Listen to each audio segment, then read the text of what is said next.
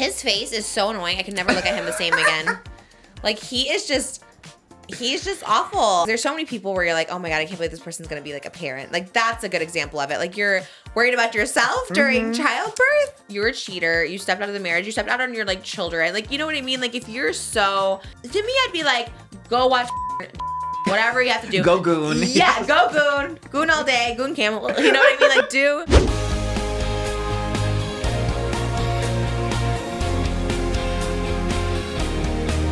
Her name is Trish. She's got the dish and all the gossip's filthy rich, pretty and pink, hot topic queen, and says what everybody thinks. She's just Trish.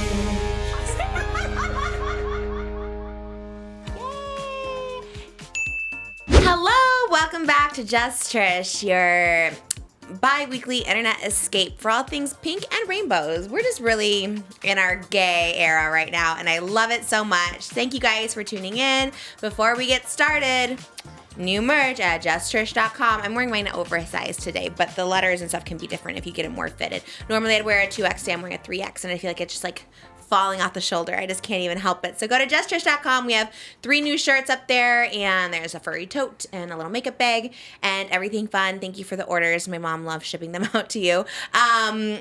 Also, the gay music video is out, and it's doing so well.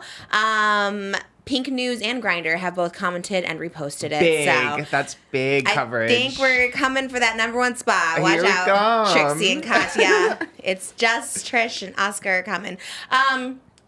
And I'll be on the Eras of Trish tour this weekend in Sacramento, San Jose, and Austin. Pretty much all the dates are sold out except for Austin has a few. There might be a few the second night in New Jersey. But other than that, we're pretty much booked. We're going to be at World Pride in Washington, D.C. June 6th. Friday, June 6th at 5:15 p.m. And we only have 15 minutes, so be sure you get there at 5:15 to 5:30. You don't want to miss it. We have lots of hot guys and I guess what are those called? Little harnesses, bling harnesses. Oh, wow, okay. Yeah, there might be a little assless shorts happening. Oh, wow. Bling, pink. We're going with pink. Has a little rainbow splash. Shout out Disco Daddy. Do you know Disco Daddy? No. He really is king of bling. He does a lot of people, a lot of harnesses, a lot of assless chaps, and he's Are you wearing the assless chaps or are the dancers? Not me. Just to clarify. Yeah. Okay. Well, come to find out. I don't know. Maybe we all are. You never know. It's going to be so much fun. As you can tell, we're already in our Pride mode. I was doing a little Pride promotion earlier, and just gay all day. And what else? I think that's it. Patreon.com/JustTrish. We're going to film today. Are we getting the Wendy's today? Yeah, the Wendy's has the new Frosties. And I think for a reaction, there's been so many dramatic videos from men that I feel like it'd be funny to react to them. Because people love when we react to drama. Wait, so. React to men? Yes. Just in general? Austin and James. I feel like we do a little reaction to their videos. Oh, to the videos. Okay. Yeah. For the for our full unfiltered thoughts on the mess. I love that. Right? Okay, that's a good one. Yeah. So get the Frosties and frost these nuts. You could have said frost the tea, but yeah.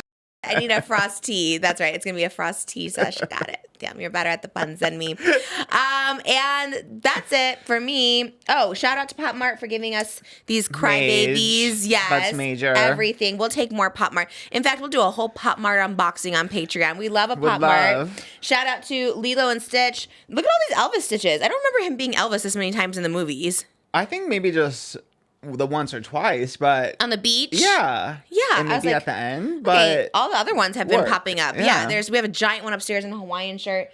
I don't know. All the Elvis stitches are popping up just in time for our Elvis's first birthday. She had her birthday shoot yesterday with cake, and she's gonna be Elvis Stitch. So Lilo and Stitch. If there's any way we could do that movie, I would love to watch the movie at the party at 10 a.m. Oh, you know, I see. Like a private screening, okay, like the Kim Kardashian. You really think? Oh my God! Yes. Because she saw Wicked like at her house a month earlier or something. They probably paid her actually to do that. And I'm like, I already have all the decorations. I bought the Stitch. I bought the Lilo. Well, anyways. And then this shout out to Blinged Up for the Bling La Boo Boo. That's fierce. This is my Chanel one. I love it so much. I'm really into La Boo Boos. Me too. I'm treating myself to La Boo Boo today. It's a long work day for me today. And I keep telling myself, get through. And then there's a La Boo Boo at the end. You're like my daughter, a 2.5-year-old. I'm like, after work, we can paint the nails. She's like, okay, after work, yes. I love that. As you should, honestly. Get through it. I love that. Okay. Yeah, you do have you're doing double duty today. Yeah, long day. I think I started like around 5, and then I go until maybe like 7-ish tonight. So it's a long day, but there are Labubus at the end. So Okay. here we go. You deserve it. You deserve all the Labubus. Mm-hmm. And also, speaking of the gay music video, by the way, I kept seeing that you had a little mishap in your lyrics. Did you see this? I didn't want to get sued. I switched him around. I knew it. That's what I said too, because Darian was asking me. Yes. I did not know it, to be honest. I saw the comments. I'm going to blame. No, I'm not going to blame. I did write the song. However, Jeremy threw that part in. And I trust Jeremy. Jeremy's been one of my strongest gays for like 12 years, probably the longest. And I was like, you know what? I don't know if he necessarily watches Drag Race. He works with a lot of drag queens. Yes. He goes on tour with them, Scarlet Envy. I know he loves the culture. I'm not sure. I don't know. I'm not sure what happened, but honestly, it's on me too because I watched Drag Race. It sounded like right. What did I say? For context, you have a line and it says, "Sashay, you stay, Shantae away." And I think I think it's the other way. Oh wait, Shantae. No, because it's Shantae, you stay, and Sashay away is the sashay proper. away. It's the right way. But you Okay, say I was sashay, saying you it. stay. Shantae, noticed you that. stay. Yes. Shantae. Oh, you noticed it. Okay. Yeah. Why didn't you tell me? Well, because I thought the same thing. I thought you mixed it up or something. That's where I was going. I tried to. When I saw the comment, I was like, "How do I spin this?" It's like, "Oh, Okay, meant PR. to be." Crisis PR. That was bad, but we put our own spin on it. Yes. and Just in you case. don't speak French. Is that what it is? Isn't it French? Shantae? I think so. What's Shantae mean? Oh, wait. Sashay. Chasse. Chasse. I thought chasse was just like a dance move, like a chasse. Like a pirouette. Like dance away. It sounds French. Yeah, I guess a pirouette. Passe. Traditionally used when gentlemen are greeting ladies in French. Chanté. Enchanté. Is that what they say? I guess so, yeah. What does it mean? RuPaul Disagree? has said that Shantae means to weave a bewitching spell, and it may derive from the French enchanté, which means enchant. So RuPaul's just kind of Going off on his own. Okay. yeah. So not sticking to the French definition, I guess. Okay. So I guess it is better that you did mix it up. Yeah, Because we if could Ru's making it his change own. it up. Yeah. I'm sure it's trademarked or something. That's what, even when we did it, I remember being in Jeremy. I'm like, I don't know if we can use this. He's like, it's fine. And I was like, okay. I was like, no one will probably hear it. But it is blowing up. It's one of my biggest music videos that I've done this year. So people are loving it. I do give credit to, obviously, Jewel Sparkles and Corey King because people were gagged. They were so gagged, and as was I. And they're just so beautiful and fierce, and all the queens were. It was a great time. That music video really was it. Yeah, maybe Rue will know who I am next season Maybe if someone so. does Snatch Game again. What if someone did Snatch Game again as me? Probably like, okay, pack Just it up. like every year. Well, I did find some tea. I won't say which queen said what, but they actually do say no to people. Like there was a queen that had two, and they actually said no to. I'll say it, and then we can bleep.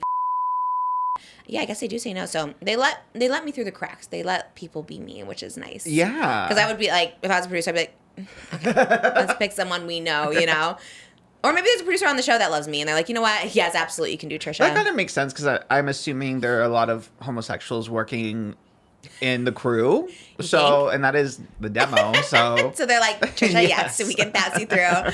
I love that. I love how you call them homosexuals. Why? Is that a more politically correct term? No. It's probably better. I do say the gays a lot, but I was like, maybe that's, I don't know. I can't say the gays. I probably just say homosexuals, huh? It's not a race. It's like saying the vegetarians, people that No are one says the vegetarian. vegetarians. Look at those vegetarians over there. They do. They say, they're so mean. Random. Okay. Wow. You guys let me know. Jennifer Coolidge has the gays. It just sounds cutesy. Let's use it like in a bad way. Like all those gays. yeah, Right, sure, I don't know. context matters. Yeah. But even in that way, I don't know. Isn't that what the gays are trying to kill me? Yeah, that's what I always thought. Like the Jennifer Coolidge, I was like, the gays are amazing. They're the best. They're the most interesting. The gays are trying to kill me. So I always just thought, anyways, okay. That'd be crazy to have like evil gays trying to kill you. Actually, in real life, do you think about that? Like, what if you're on a boat full of like really, actually evil gays? It seems more likely than you'd think. That's what I'm saying. Yeah. I think it's kind of like I want to go on a cruise, but then I'm like, what if I have a crew of them? I think the cruise gays typically harmless, depending on Okay. the cruise. I think there's some dubious cruises for sure. But Okay. like the cruises Dylan Mulvaney goes on, where she just like singing show tunes for like a lot of elderly folks. I'm like, that seems pretty safe. Very fun. Yeah. I should want to cruise. But with then there's Dylan. like the gay sex cruises. I feel like maybe those are a little more dubious. I did know someone who accidentally went on there. Like a married couple of mine, they are monogamous, but they went on they thought it was just like a gay cruise, but it was a gay sex cruise, which is like completely different. They were like, and I was like, so what happened? Like, well, nothing. We just were out of place because everyone kept coming up to us, and then they were like, oh, okay, like, because I said they were rejecting. Is the sex the entertainment? Like, you know, like at a normal cruise, they have like performers, like acrobatics, and it's like. I don't think so. I think it's more of like, you put the pineapples upside down sort of thing, right? That's the... I've never heard of that, but Wait, really? But I'm also like the least... gay cruiser? Yes. Go on Gay Cruise TikTok, because there's a whole thing where they have... Yes! There's like little magnets and stickers and stuff you put outside the door to know like how many you want, when to come in, like all this kind of stuff. So you kind of signify like pass through or, you know, whatever. So... Wow. Yeah. I'm gagged that you know more than me, but I'm that's on it. fierce. Yeah. I'm on Gay Cruise TikTok. You are a woman of culture, though, so I do know that you like to, you know, dive deep in. Thank you. Yes. Certain cultures, gay culture for Yes. sure. I would love to be in more cultures. Whoever will have me. Gay culture has me, and that's what I love about them. They will have me. Question about port, just in general, is why do they do portraits and not pictures? I was wondering that too, because obviously there's a lot of high-profile court cases happening at the same time this week, and there's a lot of the sketches coming out, and I don't know, because the sketches of Kim look a little crazy, to put it lightly. Yeah. They look nuts. Yeah, that's what I'm saying. Why do they also? Yeah, they do them in cartoon versions. Yeah, How well, come they don't do realistic? I think versions? they don't allow electronics in the room. I think it's gonna record or something. So even like, you know, Stephanie, is that the one we talked about? Sue? Oh, yeah. Like people, they don't have their anything inside. So you have to either take notes or write. Well, get one of those old cameras from like the 1800s. You know what I mean? That's better than a port. I know what you mean. know? The big old flash. Yeah, like just go. Pretty distracting. they'll think you're my trying God. to kill them or something. Like, you know. Kim is crying over her testimony on this giant, like... Okay, that makes Shudder. sense. The sketches are not fierce, that's for sure. And I'm always just like, why do they do that? Makes sense. Okay, that makes sense. The electronic devices make sense. That's a fun job. Well, I don't know if it's a fun job, but I wonder how long it takes for them to sketch. I feel like they must do it pretty quick, because they released those Yeah. on, like, Getty Images with a quickness. Getty Images, really? Damn. Yeah. Getty's everywhere. Kim's are on Getty Images. Yeah, I saw the Diddy Cassie one too, and I'm like, when do they know the moment to do it too? Because it's like Diddy's looking this way and Cassie's crying, and I was just like, oh. That one was crazy, because then they sketched Diddy doing a hand heart or Yes, something. And I'm yes! Did he like, actually I guess do that? maybe they picked, like, the most, like, visual moments. And how do they and- keep it in their head? He couldn't I have done the just hand art for that artistry. long. I don't know. I guess They fill it in, you know, like they get the face at a certain moment, then later on they put the hands and the rest, you know. But did he actually do a But hand heart? so many of them are so bad for that reason, you know, because it looks like somebody that's been moving while they're sketching. Right. What an interesting job. Okay, well, that's a lot to take in on a...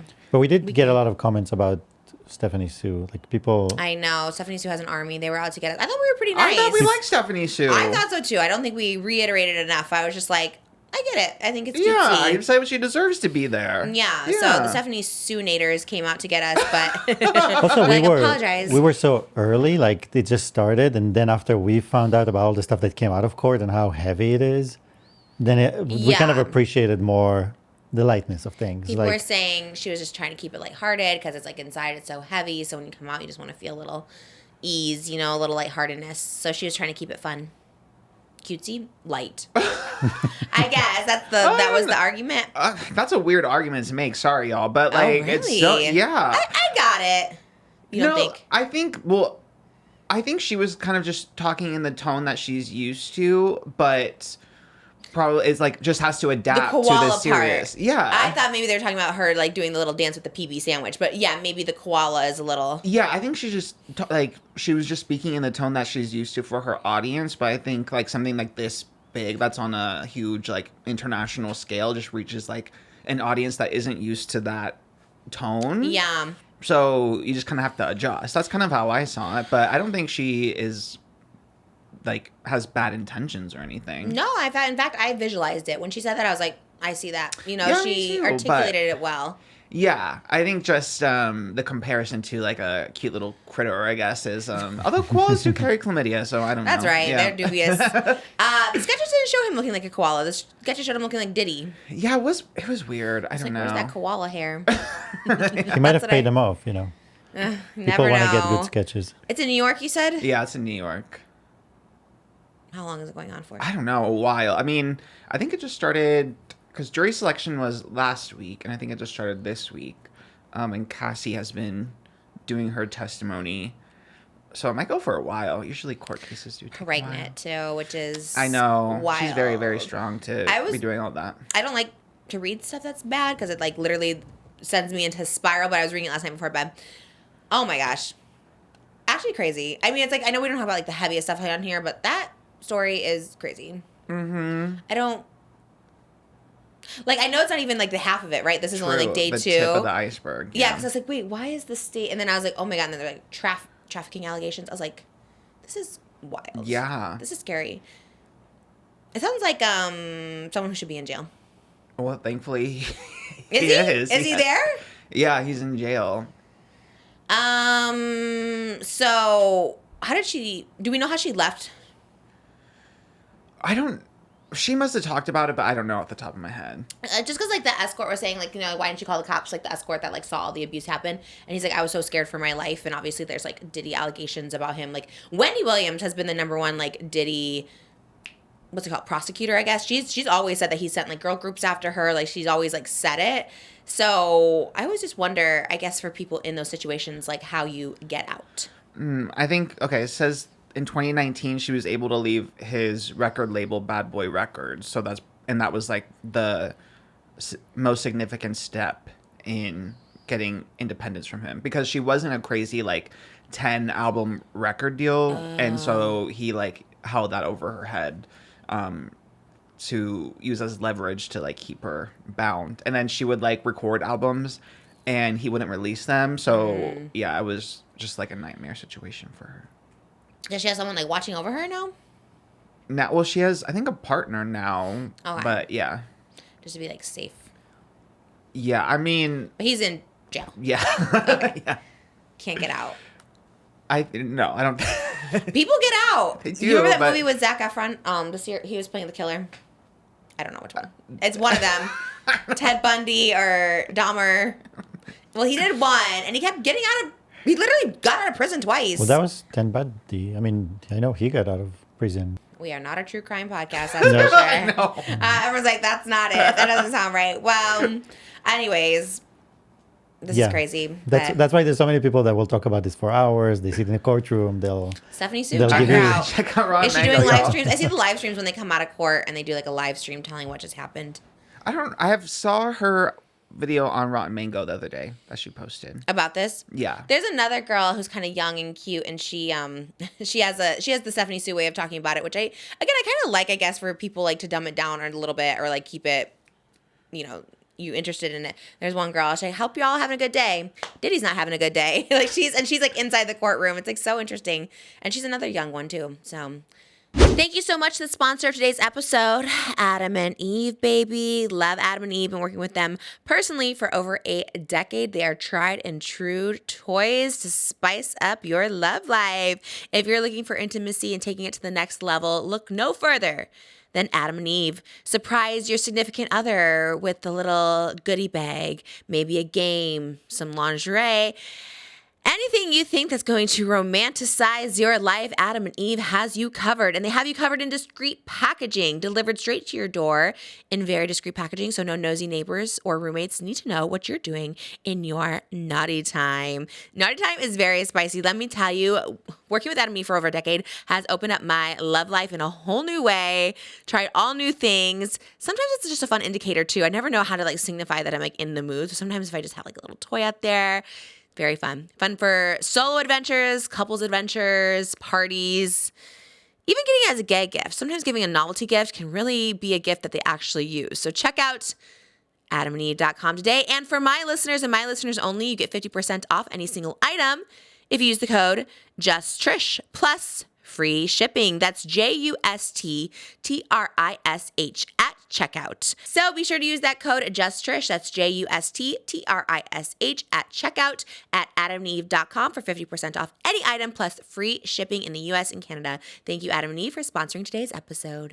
E.T., you all had some scuffle outside the courthouse. That's great. Did you do the edit? No, I didn't. Did you guys post it or did someone else post it? Someone else posted it. How does that happen? I always wonder that because she had the E-Team Bling microphone. I feel bad that guy was sticking up for us, but like, White boy. This is how. Shut the. This is the bubble.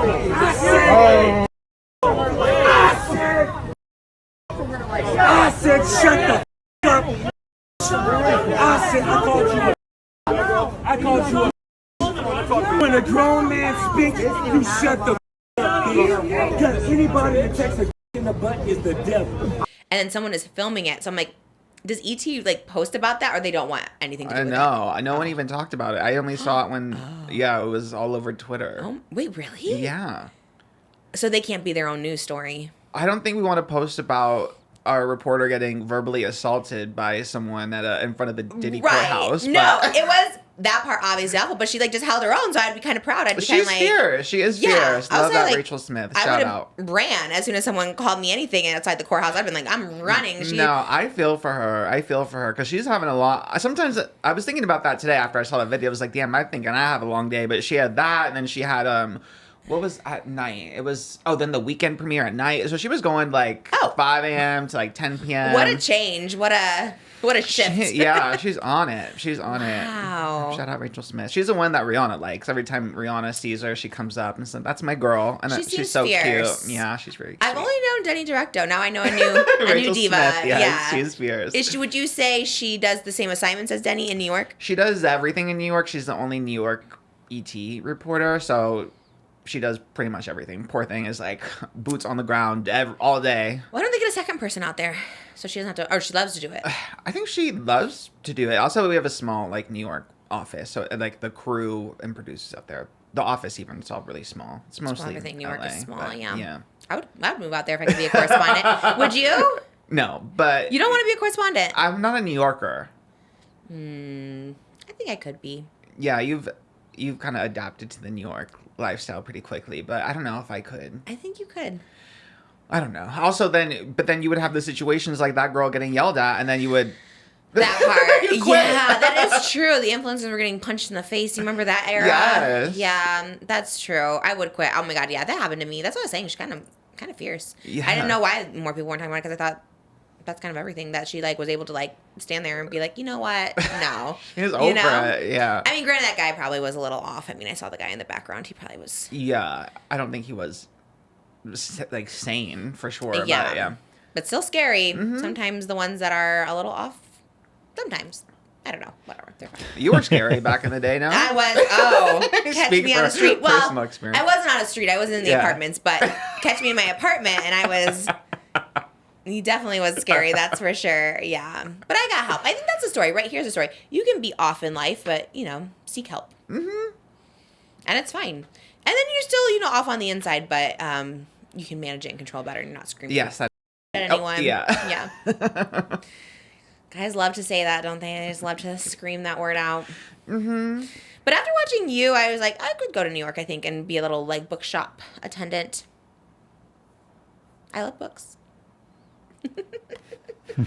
You would end up in a situation like like Beck or something like. Oh, I love that. I'd be compared to Beck. I was thinking more of who's like a not so smart one on the show. Who's like a one that wasn't so bright.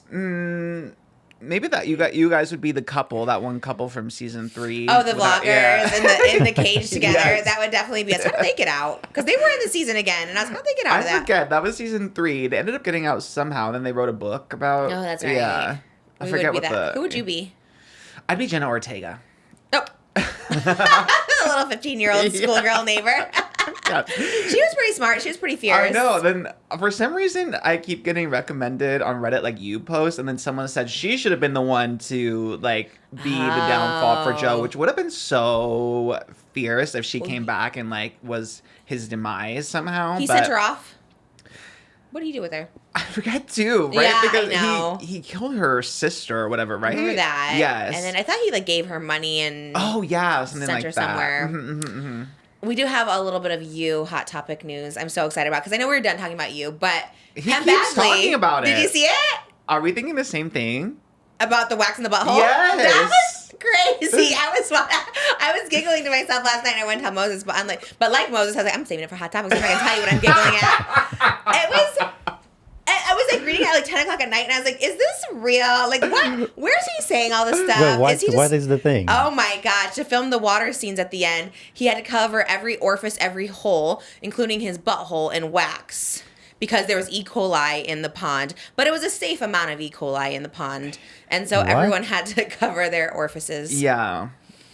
True. They couldn't film it in a little pool and like they did in the White Lotus. What?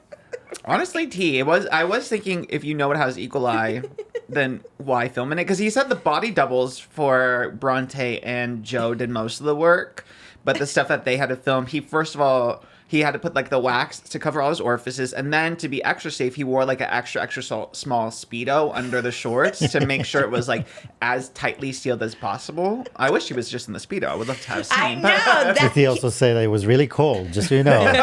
He fought so hard to be naked. So yeah, why couldn't we have seen him in the Speedo? Yeah. Or just the wax. Really, is all we needed to see. How could it get anywhere else? You put it on the tip in the butthole. That's it. There's no other holes it can get in down there. Down there, yeah. Right? Yeah. Isn't that the whole point of a Speedo? So just cover. I am interested to know, like, how do you remove the wax after you cover a hole? And is it hot wax being poured in, or is it like a hard wax? It must not be the hot wax. That would But be how Well, does if, it you, stay? if it's liquid, it was like it's not too hot, but if you remove it, he basically got waxed. That's He what I waxed was his- thinking. Yeah. Yeah, he Oh, basically so like waxed his. when you get waxed, they put the little wax on the stick, so they think they stuck it onto his butt. Maybe. I feel like. Did he say if he did it himself? Let me see. I want to know who the waxer was that put him on. My guess is he probably shaved before and then put, so he wouldn't have to. We'll get Like free people, wax. like when people have surgeries. Actually, Okay, just to confirm, he did put it on his own rectum. Penn cleared he it up. said that. Yes. Where did yes, he yes. say this? Where is he making this statement? It was on his Pod Crushed episode. He did an episode with the director of the last episode where they were talking about the scene work. He put it on himself. yes. He did The say he put it on details his he own rectum. gives for this is wild. He put it on himself, and there was no coordinator to be like, here's the right way to do it, proper way to do it. Because if you do it wrong, it could probably hurt too. Someone did explain to him. He said someone came up to him and told him, I'm going to ask you this once and never again. I need you to put this in your rectum. And I said, Tony, that's not a question. So someone did come up and explain to him. That's not a question. What does that mean? It's a demand. I think he meant, of course, I will do this myself and not have anyone else put this wax in my rectum. That's crazy. I'd rather have someone put it up there. Like a suppository, you don't give it to yourself. Someone's got to do it. You wouldn't give yourself a colonoscopy. Well, you're not going inside, you're just covering the hole. But you have to, okay, but you can't just have a flat piece of wax over the hole. It has to go inside a little bit to cover it. Otherwise, it would move around. It would shift. Like, how is it stuck there? I guess you spread the cheeks and then just kind of go in there. Yeah, a little bit in there. But when, like, gays do an enema, when bottoms enema, they're doing it themselves. They're not having the top come do Really? the enema for them. Oh. That's rude. I'd be like, do something back there. Like, help me out. That's actually so crazy. They just put it in themselves? What's an enema again? A pill? No, it's the douche. It's like the water. You push it in you, and then it cleans you out. That's called an enema? I didn't know that. Yeah, Because don't they give you in the hospital sometimes an enema? they can also do that. Yeah, because it's like if you have to clear it up. Yeah. Can you do it for hemorrhoids? No, I think it could probably make hemorrhoids worse. Ugh, I need help I on know the... you're in your hemorrhoid era. Yeah. Did you see I my saw your tweet? I really, truly want to know what to do for internal ones because I don't know. That's a good question. Like, I know on the outside you can do preparation H and stuff, but how do you go inside? That's what I want to know about this because he put the wax inside. So I was like, can you put preparation H inside and have it slip down? That's a good question. I hate hemorrhoids and I get so many when I'm pregnant and it's so awful. I throw away so many underwear, so many of my Skims. That's why I bought so many Skims that one time because I always wear nude and that hemorrhoid is just not it. It's awful and it's terrible. Penn, I hope he never stops talking about you. He just is so wild. I saw a thing. I ask you this because it's kind of couple related. There was a couple on TikTok, this woman and this guy. They've been married for like, I don't know, 10 years. The husband was like telling her, like, you know, he was gone for a couple days with his family. And he's like, I feel like I finally bonded with my family. And she's like, oh, what was it over? And he was like, you know, I was talking about our problems, like our problems in our marriage. Oh my God. And he's like, you know, it was crazy because they were like, you know, taking my side and comforting me, and they never do that. And it was really nice. So anyways, and they have dinner with the parents, the family or whatever, and everyone's getting along, and they are very nice to him. And on the way home, she said something like, oh, your mom being condescending to me. Did you catch that? And he says, you know, I really hate the way you always complained in our marriage about everything. So then she went to TikTok and she was like, to me, it's not complaining when you come home from a dinner and talk about what just happened. She goes, that's like a debrief. Like, oh my God, can you believe this? She goes, I wasn't complaining. I wasn't whining. I was like, oh, your mom being condescending to me about my cooking or whatever. And she was like shook. She's like, in 10 years of marriage, it's never been like this, that he was like on their side and being like, I hate that you always turn everything into a negative. But she was thinking, oh, well, we all talk about what just happened at dinner. And I feel like that's us, right? Like if we, no matter who, But he was telling her that he doesn't like her saying that after he went to his family and talked behind her back about their yeah, problems. I guess just like stuff that they've been like dealing with, like going through, nothing like serious, but just like stuff, like issues he had with her in the marriage and But the if family he's complaining, why can't she? Like, Do you think it was complaining? No, I'm just saying, like, what? He seems very weird. Like, it was weird. I wish I knew more of the details of it. It was weird. It got a lot of likes. It was an odd thing. I guess he was like talking about like possibly divorcing and like all this stuff like that, and they were like supportive of him to do that. So then when they had the dinner, like a week later. If I was her, I wouldn't go to that dinner to begin with. Well, she thought everything was like fine. It wasn't like a big deal. It was just like, he's like, I was just talking with my family. And then when they came back, and usually they talk about what just happened, he's usually like on board to talk about it, whatever. And he was just like, I don't like that you always turn everything to a negative. Something is very suspicious there. I think he's getting his family to be on his side through the breakup or something, you know? Yeah, something was weird. Let us know in the comments below. I feel like it's very normal to leave a situation and talk about it. Yeah, because I mean, I'd rather talk to you about what happened than, like, first of all, it's a way to vent, right? It's a way to let it out there without having to hurt somebody's feelings or a confrontation with the people. So I'd rather tell you when something annoyed me. I'd rather tell you that than, you know. Because I also feel when we like debrief, it's never anything like serious. Because it could be anything, a photo shoot, hanging with friends, whatever. And it's like shooting a podcast, and we always talk about stuff. But it's not like, is it gossiping or is it just like talking about what just happened? I think we're just aligned, so it's fun to be like, oh, we both thought the same way about what happened, or we both feel the same way about a situation. I think this might be a hot take. I think it's okay to like, I guess gossip is the word, like gossip with your spouse. I think it's okay to be right. I don't know. I don't think it's negative. But also we're not negative, because when we talk about a situation or about people, we always elevate each other. So like, let's say if you had a bad experience, then I'll come in and like, well, they probably didn't mean it that way. They probably just thought something, you know, like we always try to that's true, I guess, push each other away from the negativity into something more positive. And so I feel like sometimes that we both can be like, that was crazy. If we both had a bad experience and it was great. Not even bad though. That's what I'm saying. It's like, okay, you know, when you hang out with like a group, like we don't ever hang out with groups anymore, but it's like, let's say we were hanging out with like Shane and Ryland or something like that, and we'll just like talk about something like, oh my gosh, like remember this, or remember saying this, or that's crazy they said this. Is that like, that's just like gossip. That's just like debriefing. That's not really gossip. Because I'm like, oh my God, I can't believe they said this. You know what I mean? And it doesn't go anywhere else besides I don't know. I just think if you're married. Right. So it's a different space than. That's what I'm saying. So with this situation with this girl, I feel like if that's your safe space where you can be a venter, a gossiper. Because I don't like to gossip. Like even when we're done with this, like I'm not like talking to Oscar like people. You know what I mean? Because I don't like that. But I feel like if you can talk, I say in quotes, like with one person to, like you said, like vent or just get out frustration. Family members too. If I'm like frustrated with a family member, I don't love talking to the family member because it's not that serious. Like something that's like not serious, I'm just like, oh, I just want to vent. So I think when that is no longer your safe space, if one day you turn to me and you're like, gosh, Trisha, you complain a lot, I'd be like, well, you're my person I can complain to. Right. And he already broke her, like their little circle of trust by going to his family and telling them all their problems. Because you know that once you do that, there's no going back. because now the family, let's say they have a problem and then they resolve it. But if while they have the problem, he goes to his family and always tells them the problems, the family is stuck there. They never get the resolution of it. So the family only will see her in those negative. That part for sure. I But- don't think you should but ever right, be but I'm like, saying like he already broke that circle. Then he broke it the second time when she came to talk to him, and he was like, "Oh no, you're just being negative. I don't want to do this." So basically, he's breaking all of their personal, private yeah. spaces. So, Yeah, if I So that's something like, something bad is really happening there. Like I think number one rule always to never complain about your. That was my mistake, because I used to use like my family as like my venting. If I was like having issues with anybody I've dated, but you always look at them, and me too. If like my sister or my mom told me something bad about the person they were dating, that's all I could see. I'm like that. Well, remember that one time 5 years ago. So I think like the number one rule is like never say. Obviously, if it's like abuse or something serious, like tell people. But I think like little problems and like Moses won't let me keep the Rolls Royce or something. It's like, okay, I don't need to tell everybody that. Like, well, it's your money. You work hard for it, blah, blah, blah. I'm like, okay, well, we have a family, and I get it. You know what I mean? Then I'm like, okay, yeah, so.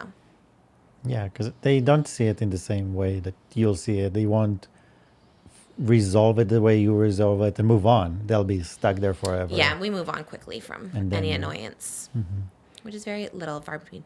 So, all right, let us know if you gossip with your spouse. Because I always tell people, I'm like, if you tell me don't tell anyone, I'm going to tell Moses. But that's it. You know what I mean? I'm pretty good at keeping secrets, but I just... And it stops there. And like I said, usually I give you a positive spin on it of like, this is probably what happened. I didn't mean that. Because usually things are less serious than what you Well, think you them are to good be. at that, yeah. So, and we try to push each other towards keeping friendships, keeping, staying in, and not like, we don't have toxicity. So we don't like, oh yeah, you should never talk to that person again. Well, or then I should get not work with annoyed that when you... person. Yeah. We do Well, the opposite. We try to right. elevate the situation to a positive place. And Yeah, that's true. we always, But sometimes we do a little gossip sesh together. yeah, because I mean, it's more like there's bonding in that. Sometimes it's funny. Like Yeah, it's always like lighthearted. things are funny. And sometimes we get along. So we view the world in a certain way that we view it. And it's different from the way other people. Yeah. So it's nice to have another person next to you that views the same, the way that you do. Yeah. Like, and I don't know. I mean, to me, it's like comforting. It's bonding. It's But sometimes both ways. I feel like sometimes when I'm like, oh, it's not that big of a deal, then you're like, well, I'm telling you. Because I'll be like, oh, no, it's not that big. You're like, well, I'm just telling you my frustrations. And then you get like annoyed. And then I... So you mean, so Anyways. that's what I'm saying. Like sometimes it's better like to just vent it and be done with it instead of creating a bigger thing. But I feel like with that sometimes you vent to person. me and I'm like, oh, it's like, sometimes you just want to vent and not be told like a solution. Yeah, that for me that used to be my biggest problem is when people would come and vent to me, I used to try and solve the problem. I'd be like, oh, so maybe do this, and maybe that. Yeah. And like over the years, I learned that sometimes you just need to listen. People don't need right now 10 ways to solve their issues and lecture to them and all that.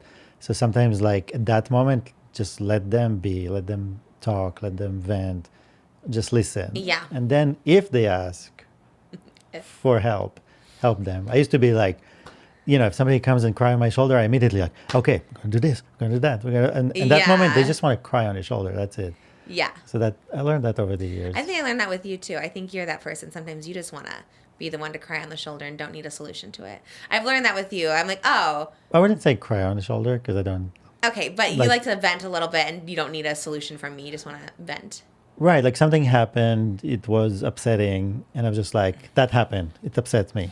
Sometimes I'll be And like, that's where it ends. I'm like, well, you That's don't need it. to react so crazy. He's like, I'm just telling you. I'm just saying how I... No, that's a different story because you assume that I reacted. That's what I'm saying. Like Because I know your tone sometimes. you're extremely nice, and I'm just myself. Like I'm not, I don't go to places where I'm not myself. Like so, I'm. People are scared of Moses sometimes. It's Because not- I'm so nice, so the people around me... And I didn't say I'm too nice. Like you said, I'm a little bit of a pushover. So when Moses would be like, don't do that, don't move that, do that. I'm like, oh my God, you got to be like nicer about I'm it. very direct, so it's very clear. And a lot of people in the comments said that. Like, they rather be clear than be like, because if you're anxious about something, you just pass it along to them. Like, you're like, it's okay, you can do it. You don't have to do it. You can do it if you want, whatever you want. And then they left like not knowing what you really want and what to do. And the only places I'm like that is our house. Like, It's our house. It's our space. When people are here, I'm like, okay, put that there. Don't do this. Don't. No, you're definitely not going into that room. You're not doing this. Like there's different boundaries you put when it's your personal space, but not in other places or like that. But yeah, No, when I first met you, we're very different story. And blowing out candles in my house. and the fact is, well, candles I'll blow now too. But the fact is, you bring up what happened back then, because since then it didn't really happen again. Right. In that way. because I told you, I'm like, you can't be that mean to people. It's not. I think I told you, with you, people think that you're more. Because the way you are online, people assume that that's the way they can be towards you in real life. No, you were blunt. I've never been blunt online. I've been like aggressive and angry, but you were like blunt. And I was like, you can't just be blunt to people like that in life. But that's what I'm saying. Like, I thought with you, I could be. I'm not like that with everyone. But Well, I then hope like, you don't assume anymore. well, like I said, it doesn't happen. We should switch gears to another topic since Oscar doesn't know this one too, is our Righteous Gemstones update. Okay. Do people care in the comments? Are They like, do, because they're all like, you got to watch it. You got to get through Okay. the first season and get to a place where it gets better. And I think it's gotten a little better. I mean, we're still not done with the first season, but well, the last episode we saw was kind of a throwback flashback. to when they were kids. I think that And we the, solved and the the problem. wife was there. Yes. So the story was like, that should have been the show. I think that's what I think too. I think the 3 adult children, even though I know like the guy created the show, okay, I get it. I think it was better when it was the younger children. I liked that better with the wife. Because I think you like more the Tammy Faye, like that story of the couple and the church and all that. So, And famous on TV. but again, we haven't seen the show, so maybe there's more. Maybe they keep going back to those moments. I don't think there was one penis in this one. Right? I don't think there was. Well, because there was a lot of kids, like they were younger. Everyone. Yeah. So I think that was good. Walton Goggins was great. I really do want to start watching that other one on Amazon, that free, whatever it's called. Do you remember that superhero one that he's like a skeleton? Is it Freelander or Free? Doesn't sound right. Maybe. But isn't that like more of Superhero. like a zombie type movie? Yeah. I'll watch it. I really like him. I feel Because like once this show is perfect for him. That's a perfect character for him. so good, yeah. Well, he He's was like raised. I did a deep dive. He was raised by his mom and his grandma, and he was in Atlanta in the South, so he's raised by, like, as he says, 3 crazy, charmingly Southern women. So it makes sense. He is so good. He does kind of remind me of you. Everyone reminds me of you, though. Every time I watch something, I'm like, that's Moses. That's good. I think the teeth and I'll take it. he's very handsome. I'll take it any day. I love that. I'm back on it, and John Goodman is like CGI'd or something to look young in this one. I'm like, how did they make him look so young? He looks Maybe like- as a face mask. Like you something think it's that like pulled back or something? maybe. How did he lose all his weight? He's so skinny now. What do you mean? Everyone loses it the same way. You think Ozempic? Of course. What else is there? You think? God, Babe, it's crazy. Nobody lost weight until that showed up, and now we know that's how everyone loses weight and hair. You had a pretty good set of hair. I like it. I'm back on the Righteous Gemstones kick, I think, after that episode. Yeah, it was a good episode, so it makes it easier to watch. Gotta stay in the 80s, I guess. It's good. I mean, I like the scenery. I like the music. I like the West, the Midwest, I think it's the South. the South. Midwest is where I'm from. The Southern are like the Southern. I think I like that more.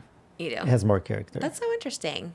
Mm-hmm. I think I've never been drawn to Southern stuff like New York too, because New York was so foreign to me, and I never liked the Southern because it felt too close to home. Like I'm Midwest, so Midwest is like where I'm from. My part is like kind of like trailer homes and stuff. So the South always felt like another step in that direction of just like, this is obviously a stereotype, but like, you seen the movie Deliverance I'm with not Burt sure. Reynolds? You would remember where he's like squeal like a piggy, and it's a whole like very crazy scene. It was in the 70s, so it was shocking. It was like John Voight. They go out to the forest. Someone gets like R-worded in the forest. Male on male. It was a crazy movie. They had the banjo, the anyways. That's what I always pictured like the South to be. So I think I always had a little aversion to it, but all the Southern people I've met have been very lovely. So Where did what's it called? House on the Prairie? Where was that? Simi Valley. No, but it's supposed to be. Oh, where do you think I don't know. Was that Southern? That might be like I wonder where that's supposed to be. Probably- So I remember growing up as a kid saying that, and it was like seemed magical to just me. like a different world. Because what were we watching the other day, and I was like, maybe it was that. Maybe it was Righteous Gemstones, because I was like, I wonder if you experienced this growing up, like like the super Christian people. No, definitely not. No, never. No one ever preached Jesus. No, we really didn't know anything about Christianity. That's so crazy. Like I felt so ignorant when I moved here. Wow. That's why I studied a lot about it. I felt when I that. moved here. I felt the opposite before I started my spiritual journey. I felt like I only knew Christianity. I was like, wait, I knew Christianity and I knew Jewish, and I knew like for some reason, So same thing. That's what I'm saying. but I didn't know about like Hinduism or Mm-hmm. Islam or. Same. But you did have Elf, We did have Elf growing up on TV. the cartoon. I loved that show, and I was young, so it was kind of like, it seems almost real. He's a little alien. It was funny. There was so many shows. I mean, all the entertainment was from here, so it was like a natural progression to move here at some point. You're like, if Elf is in there, I gotta go. Little House on the Prairie and Elf. Well, they shot it in Simi Valley. We could always go up. They have like Little House on the Prairie days. It's like 10 minutes from our house. We can go. They always have like a reunion. They had a 50 years one, I think, last summer. I tell Well, my probably now with all the flower blooming, it will be the same be so when they pretty. run down the hill. We should go relive it if that was your little childhood fantasy of America. We could go put our little bonnets on. You could have suspenders. I never saw it, but they like, what do they say? Like, night night, John Boy. Was there a John Boy or something? I'm not sure. There was a Jimbo, maybe. Jimbo. I think that's a drag queen. You talk to your partner?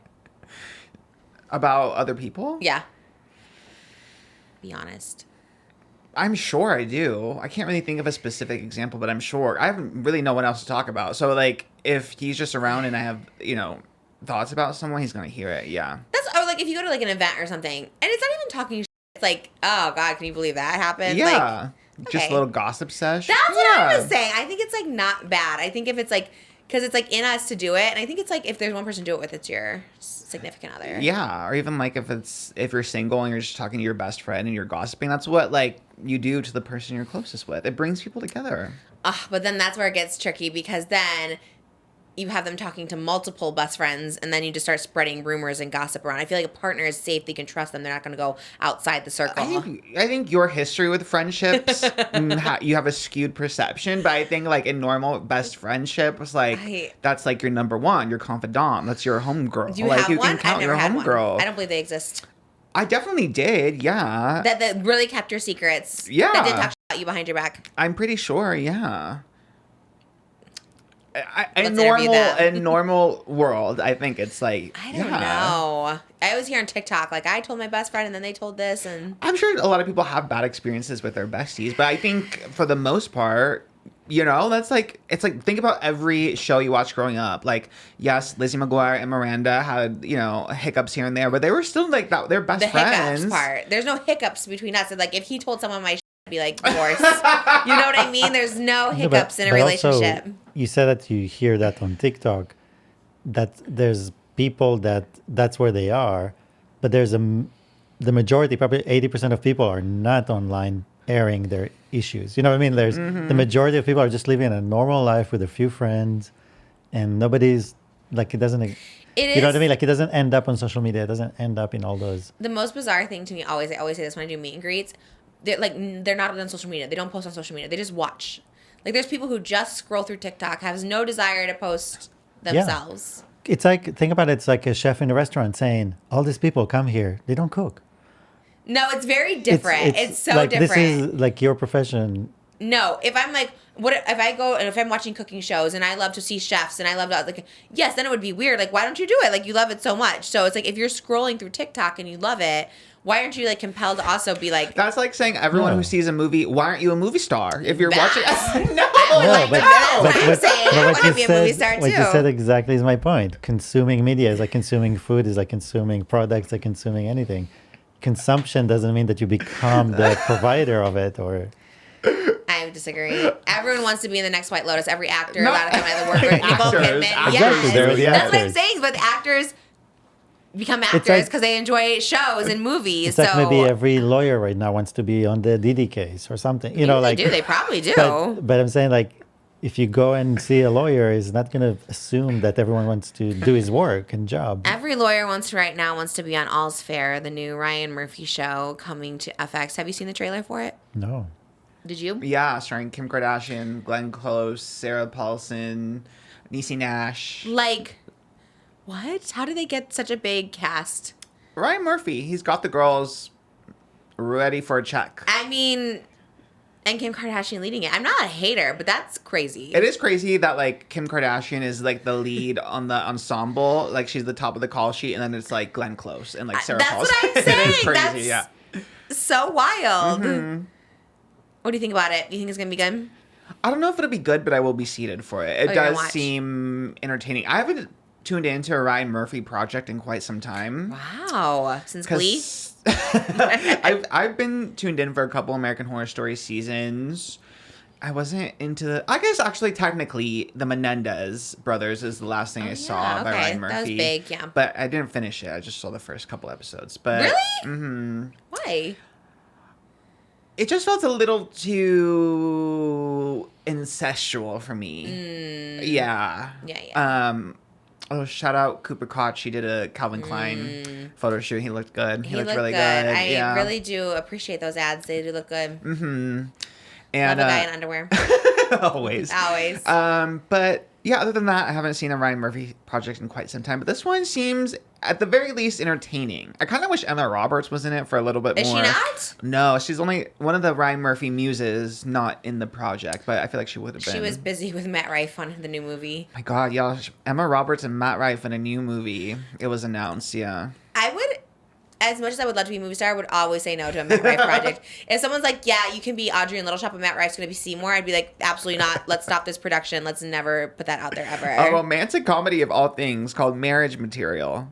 His face is so annoying. I can never look at him the same again. Like, he's just awful. He's just awful. Like, all the things he said about women and stuff, like, why would you even want to work with someone like that? The way you talk about people's, like, women's vagina, I get it's, like, a joke, but it's also, like, that's your humor. Like, ugh, who are you? Especially considering he was, like, anti being, having a majority of women being his demographic, and now he's starring in a romantic comedy that follows the founder of a dating app whose deadbeat husband's alimony payments are bleeding her dry, so she must use it to find him a new wife before her company goes public. And it's from the people who brought you Pitch Perfect 3 and The Sleepover. So literally the girliest media ever. And then the girls that you said you hated, you want us to be seated and pay for tickets to your movie now? Don't do it, girls. No. And gays, don't do it. We have Don't to do stand it. strong, y'all. Sorry, Emma Roberts, but I have to stand strong. Yeah, literally just can't. I know, and we do love Emma Roberts, and it's really, really sad. When I saw that, I was like, that's the saddest That news is I've ever seen. crazy. Yeah. When that comes, I swear to God, whenever this movie is doing its promotion, I'm going to post everywhere him saying he doesn't care about like women being his demo. He doesn't care if he makes women laugh. His comedy is for men. He hates your outie vagina. He hates your outie vagina and everything else. Yeah. And I hope the Avengers that took him down in the first place, Brooke Schofield, get that group chat going and let's reassemble and stop this movie from making a freaking bag. Absolutely not. You're right. I don't profit off the community that you hate. Yeah. You were making all the girls seem like fools, and now you want us to come and pay a movie crazy. ticket price? No, at least Glenn Powell and Sydney Sweeney, they're for the girls, you know? Exactly. They know the audience. Yes. Keep going that direction. He really missed the mark. A romantic comedy is crazy. Doesn't need to be canceled. I just think it's irredeemable, and as a woman. Yeah, I think if you are trying to profit off of a group of people and you don't respect them, or you think that their taste is like lowbrow and not what you want to be associated with, fine, then stay in your lane. Obviously, he's very successful with that demographic anyway. The guys and pick-me's of the world are like loving him. Okay, then stay over there. Don't come over here in my territory. I love a rom-com. Are you kidding? I loved Pitch Perfect 1, 2, and 3. I love The Sleepover. Wild. 3 is wild, but I love Haley Steinfeld, and she was in 3. I think Mike White wrote it. Really? I want to say we Googled him and he did like Pitch Perfect 3. Okay, work. Yeah, I mean, I saw it in theaters for crying out loud. Like, wow, you are a stan. I love Pitch Perfect. I love The Sleepover. I love Easy A is my favorite movie of all time. Sleepover was Alexa Vega. Wasn't it the Rob Schneider one? Wasn't he the one? No, that's Hot Chick. Oh, you're right. Yes. Sleepover, I think, was Alexa Vega. Yes, you're so right. Okay. Yes. I got it mixed up. Where she's like skateboarding Hot Chick out of is the house. Ashley Simpson. Which one? Ashley Simpson was in Hot Chick. yeah. Yes, with I Rob love that Schneider. she was literally like one line in that movie, but I love loved it. Ashley Simpson, of course. She was great. It was Rachel McAdams and Anna Faris. Yes.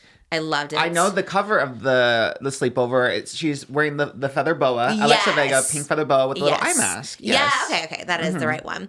Hot Chick, they would have loved Labubus because they had giant keychains and they would have loved Labubu for sure. With their yellow beetle bug and yeah. Labubus are very, and the crybabies too. I love the crybabies. I'm really into them. They're like crying for love is what the package said. It's so cute. I would love to see you be like the host of a little PopMart TikTok shop moment. Would love to sell these little babies. They're so cute. It's giving like my crying on the kitchen floor era. You're so right. You should be the biggest spokesperson for these. I love it. Oh my God. Crying with their big cheeks. They really are so. I'm into cutesy things lately. Even this crock purse I got off TikTok shop. I've been like a TikTok shop person. I was like, ooh, I need that, and that. So I would love to be. I guess QVC's not a thing anymore. I guess it's TikTok shop. I would love to be a TikTok shop host. Yeah, although those ladies are working, and gays are at least for PopMart, are working around there the is clock. a PopMart one. There's like 5 different PopMart TikTok lives. I would love. And it does seem stressful because everyone is spamming like, where are the Labubus? I'm dead. I love that. Even Darian has been watching the Spanish PopMart TikTok live Trying to find or the the TikTok Labubus? shop.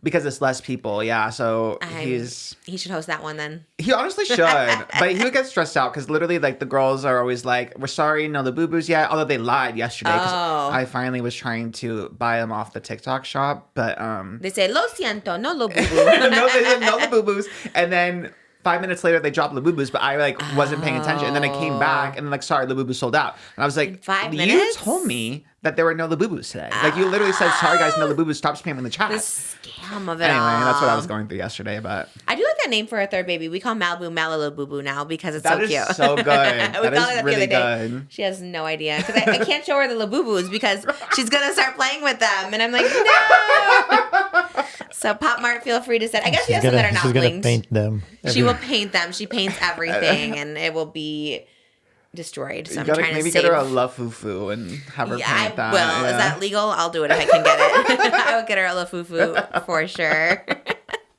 But yeah, that's sleepover is great. What happened to Alexa Vega? She's still around? Yeah, Super Christian with or Carlos something. Penavega. Yeah. I feel like she's friends with Matt and Abby is the vibe. Yeah. I think. That's all you need to say. Yeah, enough. That's crazy. That's crazy. Oh, wow. Yeah, and then we know where her Spy Kid co-star is, Meghan Trainor. I guess they're both still, around. right, So right. yeah. Does he act? I don't know if he acts anymore. No. He's very good looking. I met him briefly in person, and he was very good looking. Oh, Daryl Sabria. Sabara, maybe. Yeah, he's very cute, and I love their oldest baby is so cute. Kind of looks like him Oh my with the God. glasses. Get out of Yes. town. Oh, Meghan Trainor and Daryl Sabara have the cutest little babies. Babies with glasses, or like even toddlers, are so cute because they have those like little cute. wraparound ones. They're Yes. so adorable. I love it. How do you know that they can't see at that age? I'm sure they must do some like vision tests or something. Feel like they're running into something. Right? I don't know. Like, I wanted to know. Like, how do you know for your child if they can see or not? They must, because they also do hearing tests when you're a baby too. But that's so- like a baby, like when you're in the hospital the first day. Yeah. I don't know the testing for vision impaired babies, but how old was I? I remember the first time I got glasses. I was like in 2nd grade, I think. Wow. Yeah. And you're just like, what? How did you know? How did you know to say something? I think I was just trying to. I'm assuming I have the memory of coming out of the eye exam and being so excited and running out and being like looking at all the glasses. I have that memory so perfect. But I'm assuming it was probably in school trying to like read the board or something and not being able to see. Yeah, and then obviously I think teachers know to be like, vision problems. But I told you I faked mine to get glasses. I think a lot of people did because it was a cool thing to have as a kid. To get glasses at school. This was before they had the fake ones. I remember I was just like, I can't see. And I saw it perfectly and I just messed up on purpose. So then I started wearing the glasses every day and I think it messed up my vision. Exactly. The karma came around. Yeah. Yeah, and now I really can't see. And I was like, dang. But like my brother, my sister, they all have like, my sister, yeah, I think they all have like 20/20 vision. They never had glasses or contacts. My whole fam, at least my parents, my brothers don't need glasses, but my parents do. I guess it is really becoming my platform now because of you. The glasses community. We have to speak out more for it. Yeah. As they should, honestly. I feel like it's a PSA. Even when I had contacts briefly in high school, I was getting contacts just to wear fake glasses, which is kind of weird. And Wait, why would you want to wear fake? Why don't you get like real prescriptions put in them? I think because it was around the time, this cursed now, obviously, but remember Kanye had like the blinder like glasses, like the ones where Like it had shields? it was like the glasses, but it had like, I don't know, they were like blinders where it was just like little slits coming around. Oh. This was like Did Gaga have those 2000 too? I think so. They were Okay. really popular. And then all of a sudden everyone was having these big fake glasses, like huge ones or white ones or whatever. But we couldn't afford to get all these different pairs of glasses. So I would just wear contacts and then mix up different styles of glasses to be like trendy. Yeah. Well, you also be like economical, I suppose. Work, yes, yes, yeah. You're like, let me just, because you could buy, were they plastic? Yes. Yes. I never liked those. I remember people wearing those. And I'm like, this is weird. You couldn't really see out of them. So it was like a little counterproductive. Yeah. But I did love when Gaga, I think she also had like big diamonds on her glasses. Well, too. yeah, hers were everything. Yes. Gaga's on tour. I'm so excited. Can't see her, but I still love her. At least you'll live vicariously through Jimmy. So I know. I'm so excited. Jimmy, I got 2 tickets for you. 2 nights for you. Benson Boone sold out in like 5 minutes. yeah, Moses, what do you think about that? I don't know. I still see people crashing and falling. That's his TikTok. It's still happening. Well, they're flipping. He's flipping live for everybody. He's selling out. He's playing arenas. What's he playing? Arenas, yeah. He seemed to come out of nowhere. Just like all of a sudden playing arenas or what? And sold out pretty quickly too. But crazy. it is fierce, yeah. But I guess there is so much hype. It's like I want to see how many times he backflips live. You know, Yeah. like it is going to be quite a show. That Moonbeam Ice Cream song is kind of everywhere. It sounds too close to Queen to me. Yeah, actually. You know what I mean? Which A song little is that? Moonbeam Ice Cream. That's just in your hand. Because he has another song that sounds like a 80s song. The physical, I want to get... That's He his has a- song? That's No. an Olivia Newton-John He- song. He has a song that's exactly like that. That's called Physical and it sounds like that. It sounds like that, but not called physical. But it sounds... Number one Benson Boone hater is Moses know, Hackman. yeah. No, He's like- I like him, but I'm... It doesn't sound like Yeah, it. I just- know. That's a backhanded. I like him. I have musical, like when I hear a song, I can tell if there's a part of it that comes from another song. I'm like, wait, that whole chorus is Ooh. the original Okay. song. Like that one guy on TikTok, have you seen him? He plays one song and then he plays a song that sounds like we it. talked about that. When, Yes. Was it James Charles Yeah. knocked off? What song did Demi he steal? Lovato or yes, something, you yes. called it though. And no Yes. one ever did that on our Patreon. Oscar clocked it. James Charles had a song that came out like last year and it sounded just like, and I never had heard that other one. Demi Lovato, what was it? Oh my god, I'm forgetting which one it was. Is it he used to cover it all the time. Skyscraper? Something. Yeah. It was a ballad and he used to cover it all the time and then he had a song that sounded like it. I was like, oh, okay. Work. Yeah, I love the people that's like this Yes. versus this. People do steal all the songs. That is so funny. Are you going to go see him? Benson Boone? Yeah. Siki? Siki? I don't know. Is it appropriate for kids? Oh, I don't think Malibu can go because I think it's too loud. So no, I'm not going to see it. Not going to that one. Maybe with the Wiggles when they come to town. I want to go see Baby Shark. They're live, but they're at SeaWorld. I was like, oh, Oh no. you have to go inside to go see Baby Shark? I was so sad about That is it. problematic. I did ask Malibu, you want to go see Baby Shark? She goes, no. Oh, I was like, she wasn't even about it. She knows already. She's Yeah, already a little she did. Bindi Irwin coded. I know. Yeah. She was like, no. Oh, yeah, I love Bindi Irwin. She's been everywhere too lately. Well. Another singer that we can talk about is Morgan Wallen. He finally explained his controversial SNL walk-off. Oh. The one that resulted in... Honestly, the meme was kind of good, but not because of Morgan Wallen, because of everyone who took it. Yeah, and with the it. internet made it Yes, good, not him. The Get Me to God's Country. It is part of my vernacular, so... Do you say shut that? up. I love that. Me a PopMart, Get Me to God's Country. I love that. Well, he did a podcast. What was it called again? Oh, Sunday Conversation with Caleb Presley. You heard of it? Never. Me either. That sounds awful. Sunday Conversation sounds a horrible name. And it's, I guess, like kind of a satirical, like unserious podcast for context, I guess. But there was another clip before I get into the God's Country bit. There was another clip where the interviewer was like, oh, so are you gay? Like, you haven't been dating anyone. Are you gay? And Morgan Wallen goes, no, I'm not gay. Are you gay? And then it was like a whole bit about like these straight like country dudes being like gay or not, whatever. I'm like, this is It wasn't a what bit. year? I guess it was a bit because then the host was like pointing to like his co-host or whatever, and was like, "Yeah, like we are a thing or whatever." And I'm like, "What year are we in? Like 2002? Yes. Like what? Like, that part, like so that's odd. the new writers. Was this filmed in the South? I have no idea. Morgan Wallen, obviously country, but the two guys weren't. They were like broy, but they weren't like country guys. I don't know. Yeah, we talked about this last time too. Like guys being like, "Yeah, we're gay." It's like, okay, It's so like, weird. I feel like we are regressing as a society, so it is kind of unfortunate. I know. But he did get asked about the walk-off moment, and he got asked if he was mad and is that why he walked off, and he said, "No, I was ready to go home. I'd been there all week." Which I feel like is his genuine answer. And it's like, no one forced you, like, put a gun in your head and said, perform at SNL, weirdo. And like, everyone's so excited. Like, people go to after parties after SNL. Yeah. Like, he couldn't wait one more minute to say goodbye. Benson Boone was, at least, you can say a lot about Benson Boone, obviously, but at least she was flipping over and over and over again. So happy to be there. Everyone's happy to But be sure, there. it's still live. Wait for the cameras to turn off. Exactly. Like, I'm walking Yeah, out. it only takes 3 minutes to say goodbye to everyone. At least wait for the music to stop. Like, you couldn't literally have waited another minute. Weird. I don't think they're there all week because I know it's like Monday is like the writers, and then Tuesday is the pitch, and then Wednesday they pick the sketches, and then I don't think even they rehearse till Thursday and Friday. So he's just a musical act too. So I don't think the musical act is whatever. I hate it so much. Hope they never ask him back. I know. I hope so. Like, take a stand. I get he's so popular, but damn, like he obviously is just miserable. This is like the Matt Rifes of the world. Like all these people, like who are watching them. It is funny because I have never like met a Matt Rife. I mean, Matt Rife stan, but also Definitely not a Morgan Wallen stan ever. But know. then you look at the charts and it's like people really live for the man, but it's a part of the world that I don't know. And doesn't know us, at least. So let's keep it that way, I guess. Yeah, I don't know it, but I don't want to know it. Yeah. SNL invited me to their finale rap party, their series finale rap party. Oh my God. I know. It's a Saturday and I know. I was so excited. I got invited to the SNL series rap party and then... Series or season? Season. Oh, okay. So yeah, what did I say? Series? Series? Yeah, I'm like, the it's big off. season one. Who's hosting this week? I don't know. God, it was... Oh, Scarlett Johansson. Oh, yeah. Yeah, and I was so sad. I probably would have gone. And then I also got invited to the For Good trailer premiere. I could see the For Good trailer early at, I can't say where, but...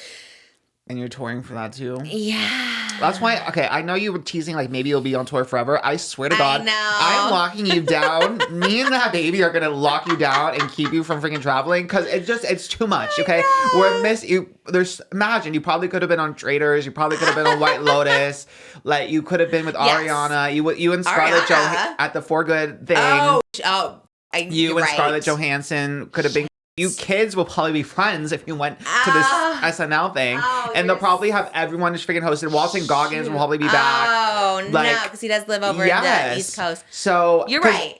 Those SNL events are star-studded every time they have a little party. Like, I know. So the touring is going to be Yeah, I think it's going to be a bit. couple years. I'm going to give myself like 2 years to really go get him in Hollywood. I have my new headshot. Go get him. Because I do feel that way, and I love the tour. It's been great. But yeah, I need to. Plus, anyways, again, I need to get people to miss me. I can't go back to Sacramento next year. Then we just saw you, Exactly. what I mean? Look at Taylor. She's, keeping it low-key after the tour. Following Taylor Swift for sure. You Whatever. Next time she's on tour, I'm on tour. Whatever no, it is. you can't go at the same time. Right when she ends. Right. Yes. Of course. I continue it. Always, of course. You're the closing tour. Yeah. It's like an open air, but you're the closer. Exactly. That's exactly what I am. And I agree. I know. I gotta really focus on the networking, the getting out there, the opportunities, and I think that will be in the next year for sure. Get my boobs done and some lipo and well, got I don't know all about of that. But... Possibly a cruise. That's only 5 days. I could go on a little cruise. Yeah, a cruise is fine. We can accept a cruise, but yeah. Let's make sure it's the right one. Yes. Right. Why? What does that mean? The right gay one? Sex cruise. Oh yeah. Well, we're not doing a gay sex cruise. That's crazy. It's a little much. Yeah. Yeah. It could be a gayish cruise. Yeah. mean, The sex gay. can be in private. There's not in, Sex next in your to the room is buffet, fine. yeah. Don't put any pineapples outside your door. Just do what you gotta do in private for sure. Suddenly, half of the people are like, "Oh no, we can't go." I know. I'm sorry. Maybe in like 20 years, then we might do one. I don't know, a little swap. They can have their pineapples. It has nothing to do with us. Oh, right. Yeah, that's true. Have your pineapples. Do whatever you want to do. I don't know. It's so funny because the pineapple thing I just like recently found out about because I like wearing, we have pineapples on our shirt. Like we like pineapples. And I was like, that means this, that you're a swinger. I was like, all right. Really? Something like upside down. I don't know. It's like people are weird. Well, I guess speaking of, the topics are hot. Simon Cowell admitted that he briefly considered judging two fans having sex after they offered him 150,000. Yeah. I'm like, did he make this up? Yeah, because first of all, that's a low amount for anyone's standards. And it's like, you're Simon Cowell. He definitely made it up. Where was he talking about? He was talking about it on a podcast, the How to Fail podcast. He said, people ask me to be rude to them, and he won't do that. When fans come up to him, ask him to be rude, he would say no. But he did say, that's rude. That's true. It is rude to turn them down, I guess. Well, you turned down fans taking pictures. They're like, most have a picture. He's like, no. Okay. Glad you're on a Me podcast. and Simon Cowell. He said another fan came up, and it was a man. He said, would you judge us having sex? And he said, are you winding me up? And they went, no, we'll pay you. Simon then asked him how much, and he was surprised that it was a lot of money, and he thought about doing it, but he ultimately decided that the request wasn't for him. And he said, no, I just can't do it. But he did say it was $150,000. I know there are weird people out there, but I feel like no one is coming up and being like, ooh, has the fantasy, the kink, and the finances to be like, can you judge us having sex for $150,000? I think it's a made-up story, 100%. I think also he wouldn't be like, ooh, that's a lot of money because he's Simon Cowell. Yeah, he's literally he's so rich rich from all like the record labels, the shows. He created the talent shows. This sounds like a bit you would have come up with back in your trolling days. Absolutely. He definitely has someone like me on his team. He's like, what's going to be viral? What's the story we put out there? And like, oh, you should say this. Why do people make up stories that are so inauthentic? Like, it's just like, was he even like promoting or talking about? Good question. He's just on a podcast He's just telling a story. on a podcast, yeah. I guess got to come up with something. It does kind of remind me of like in Hacks, like if you're going on Deborah Vance's show, I guess, or just a talk show. Yeah. could be a real one. Doesn't have to be Hacks. fictional, yeah. But we are on the Hacks thing too. You're very right. Just come up with a story. You like, gotta what's have the a story? bit, yeah.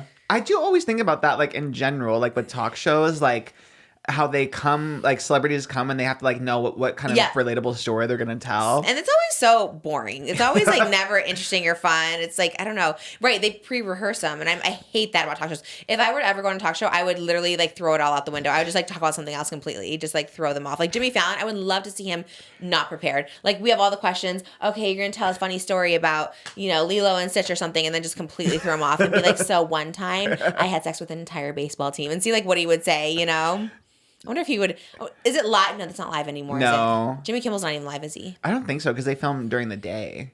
Oh, he used to be live, right? Jimmy Kimmel Live? It used to be Jimmy Kimmel Live. Probably, or maybe they still call it that. But yeah, they film during the day. Because I've done like when they've done performances, they sometimes will have like ticketed events, like this website One Iota to like get in. Iota. Me too. And I saw Miley Cyrus that way. She was performing at Kimmel, but it was during the day. Were you outside or inside? Outside. Yeah, I guess you're right. They probably would like cut me or something like that. Because I would love to just see how it would be like live, I guess if I go on SNL again, I could always just throw it for a loop and just go off script. But I think you're banned forever. Yeah. Yeah, I think that would maybe not be good. Okay, I won't do that, but I think that's the intrusive thought would be there for sure. For sure. I know. Watching Deborah Vance on Hacks. You know who's really good on that? Jake Shane. He's so good. Jake Shane, y'all, is eating up his role on Hacks. He's so good. He's like the perfect amount of like annoying influencer. It's like such a good actor. Yes. Yes. He and is. even acting with her and doing the quickness of it, I was like, wow, he's really good. I'm living for him on Hacks. And I thought, because his first line was like really short. So I was like, is that it? Is that his role? But he actually is getting some good camera time. He's funny. And it hasn't been like cut or anything, like, because it's always like the beginning of a scene or something. But it does set the scene of the world we're in, or what the world Deborah Vance is in, which is all these like young social content. Because also he's just trying to get that content. I love the passing of the chips. He's like, okay, we're gonna throw you the chips and then pass those chips. Yes, and if you guys haven't seen it, he just basically makes Deborah Vance, who is like obviously an older talk show host who has no idea about social media. He makes her do all these like cringy social media trends and stuff. And it is very real, because I've also been the Jake Shane, like that job of like, you have the older hosts and you're like having to make them do these trends and stuff and explain it to them. And it's like, it is. You feel stupid explaining it. They feel stupid doing it. Yeah. It's like it's so lame. But I love when they do it. The perfect example is the guy I love, Kyle MacLachlan. Like he has, Yes. they always make him do like cringy stuff, but he like goes for it, and I love that about him. I'm like, Charlie XCX used my sound the other day. Oh yeah, we forgot to talk about it. No, I did a duet this morning to her. Love. I was gagged. I am now a Charlie XCX stan for life. Brat Summer 2. Here we go. I was like, let me feature. I kind of gagged. I know she probably didn't know it was my sound. I didn't even know it was my sound. People were tagging me, and I was like, what is this from? It was so random, so obscure. It's not even like a viral sound. It was me on Guinness World records for fastest talker, and it's me doing the Hamlet soliloquy. So I'm like, to be or not to be, that is the question. Was no one in mind? So it's like this really like fast, and she used it. And I was like, so gagged. Do you think she knew, or she thinks she's like, this is a funny sound? I want to say she knew, but also knowing Terry, her social media and like her person, like her creative director. I don't know his exact title, but the Katy Perry video. He got me on the Katy Perry. Oh, Terry I see. does Charlie XCX, Haim, Lord. I think maybe Addison Rae too. Oh. And I know that Terry is a fan of yours, so Shout out Terry. Shout out Terry. He's holding it down. He's getting for me Team everywhere. Trish. That's Yes. what I'm saying. If I'm successful in life, it'll be the gays. Behind every successful one. It is. I'm telling you, everything with Katy Perry was, and I remember they said like, oh, Terry. They like everybody, every magazine thing I've done has been gay. Like everything, Bowen, like everything is the gays. Yes. So thank you for making me cool, and I love it so much. I was very excited. Everyone was tagging me. I got excited. And I duetted her this morning with this hair, and everyone thought I was doing Addison Rae cosplay. It's supposed to be Gwen Stefani, but... Oh, I do see the Addison, yeah. They thought... Headphones on, We yep. talked about it with the purple hoodie. I did talk about it. It is supposed to be Gwen, but Addison Rae, new album, June 6th. The day I'm at Pride. Stream it. What a day for the gays. I know. Addison, I wish she was there. Oh my God, if she was at Pride, I would gag. But maybe she'll be at WeHo Pride. I just did a little promo for WeHo Pride, so maybe she'll be there. May 30th to June 1st. Not sponsored here, but I'll be sponsored on TikTok. So go to WeHo Pride. That does remind me. I got an email. I don't know if it was for me. It was to my work email, so I don't know who it was meant for. But it was like the being paid to do the TikTok dances, and I was like, damn. Y'all, Yeah. what is going on? I'm like, Did you reply? No, I didn't reply because I don't know if it was for me personally. Or I don't know if we got it. I don't know if it was sent to like the Entertainment Tonight TikTok or like for, because I get people find, like companies do find my work email and send me stuff for like Oscar, the Just Trish version, but a lot of the times it's stuff for like ET. Oh. But it wasn't offered to do the gnarly dance, and I was like, I would do that for free. But then it was. So are you gonna do it? Maybe I should just do it and be like, look, I did it, and then they don't pay me. I would still do it for free. No, they pay up front. Like that's what I love. I was just talking most about the sound promos. They pay before you post. Fierce. Yeah, and it's always from like a reputable NBC It's from like Uni. TikTok or something. Yeah, it was from, yeah. They do pay for sound promo. You It should was do fierce, You should yeah. make your own TikTok so that way. I know. Well, the only idea I had for a TikTok was doing the Jennifer Hudson like spirit tunnel thing for once a guest comes here. Oh yeah. So When I our did guest that. era comes back. Gotta get on that soon so I can do that TikTok, Yeah. I guess. And then my other one was now the sound's like kind of old, but it's like us take a sip, like if you know the word or whatever. Remember that one that Jimmy sent us a couple of weeks ago? If you know the Yeah, so that's kind of an We easy can do it one. today. We have our content day. But yeah, I ahead don't of know us. if this offer was for like Entertainment Tonight by accident, just because they have a lot of followers, or if it was meant for me. But do they want you to post on the Entertainment Tonight maybe account? I couldn't tell the difference. What if you did that? What if you danced to Gnarly on the That'd 18th? be fierce. Would you get in trouble? Probably. I would love if you did that. Let's do it today. Let's take it over. The dance is also so hard. I haven't seen it. They be trying to copy, and then it's hard. It's hard. This one is. It's not like the touch one where I can kind of fake The it. touch one was hard too. That one I was like, what? This one is intense. The girls are too fierce for me. It's like Avi, they be trying to copy. I'm legit, and then it's like I'm legit. I don't know. I really can't do it. That's pretty good. The song has grown on me a lot. For the record, I've watched so many of their performances, and now I love Gnarly. We love Gnarly. Yes, I do love it. Yeah, you've been from the top. It Yeah. took me Gnarly. I love Cat's Eye. Gnarly took me a second to like fully get the vision. Now I fully get the vision. Yeah, sometimes it happens. But yeah, the check to dance that song, I'm like, work. Oh my God! So you're gonna do it?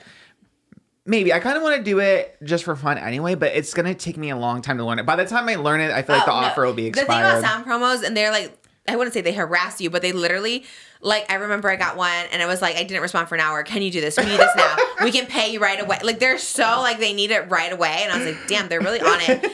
And I did love it back in the day. I mean, I would do sound promos all the time. And now sometimes I just even skip it because I just don't have the time to do it. But they are so easy and so great. But yeah, just wild. I never did sound promos for my songs. Maybe I should, but I was gonna say because Alex Warren is number 2 on the Billboard Hot 100, number 2, which is crazy. well, his songs are all over TikTok. I don't know Yes. if they do the sound promo or if he just I think does yeah. his own sound promo. I think it's a mix of him just promoting it everywhere. He does. He will never do a TikTok that's not his sound. That's what you got to be doing for gay. Even Callie for know. Bubbly. Callie came out, has like a TikTok dance that she does. does? Yes, at your party, at your birthday party, Bubbly came on, and Callie did a whole Bubbly dance break, and I was like, Callie, you need to do this on TikTok. Something I didn't know. Oh my So gosh. I didn't give Callie some money to do this little TikTok Just hire dance. sound show. promos for everybody. I guess it works because he really is like top of the charts. Yeah, And so you gotta get on it for gay. You gotta get on it for Bubbly. You could have dance challenges. I know. In my head, I do have a dance challenge for me and Ted Nivison to gay. okay, are you gonna do it? Maybe when he's here, I can We make have to him do schedule. it. I gotta start looking at my June schedule because I do have to start scheduling some guests Yes. for that. Mm-hmm. Because it's like we're almost like the me hear Jessie it. J, like the price tag one was like everybody look to your left, and then they pan to the person next to them. Hate that one. Well, we can do that for gay. Oh, okay, love that. Yes, love like it. we're all a Oh. little gay, and then like Olay, and it's me with a little red flag, like the bull. Oh, actually, that's actually it goes Yes. good with the song because it's like, oh, a little gay.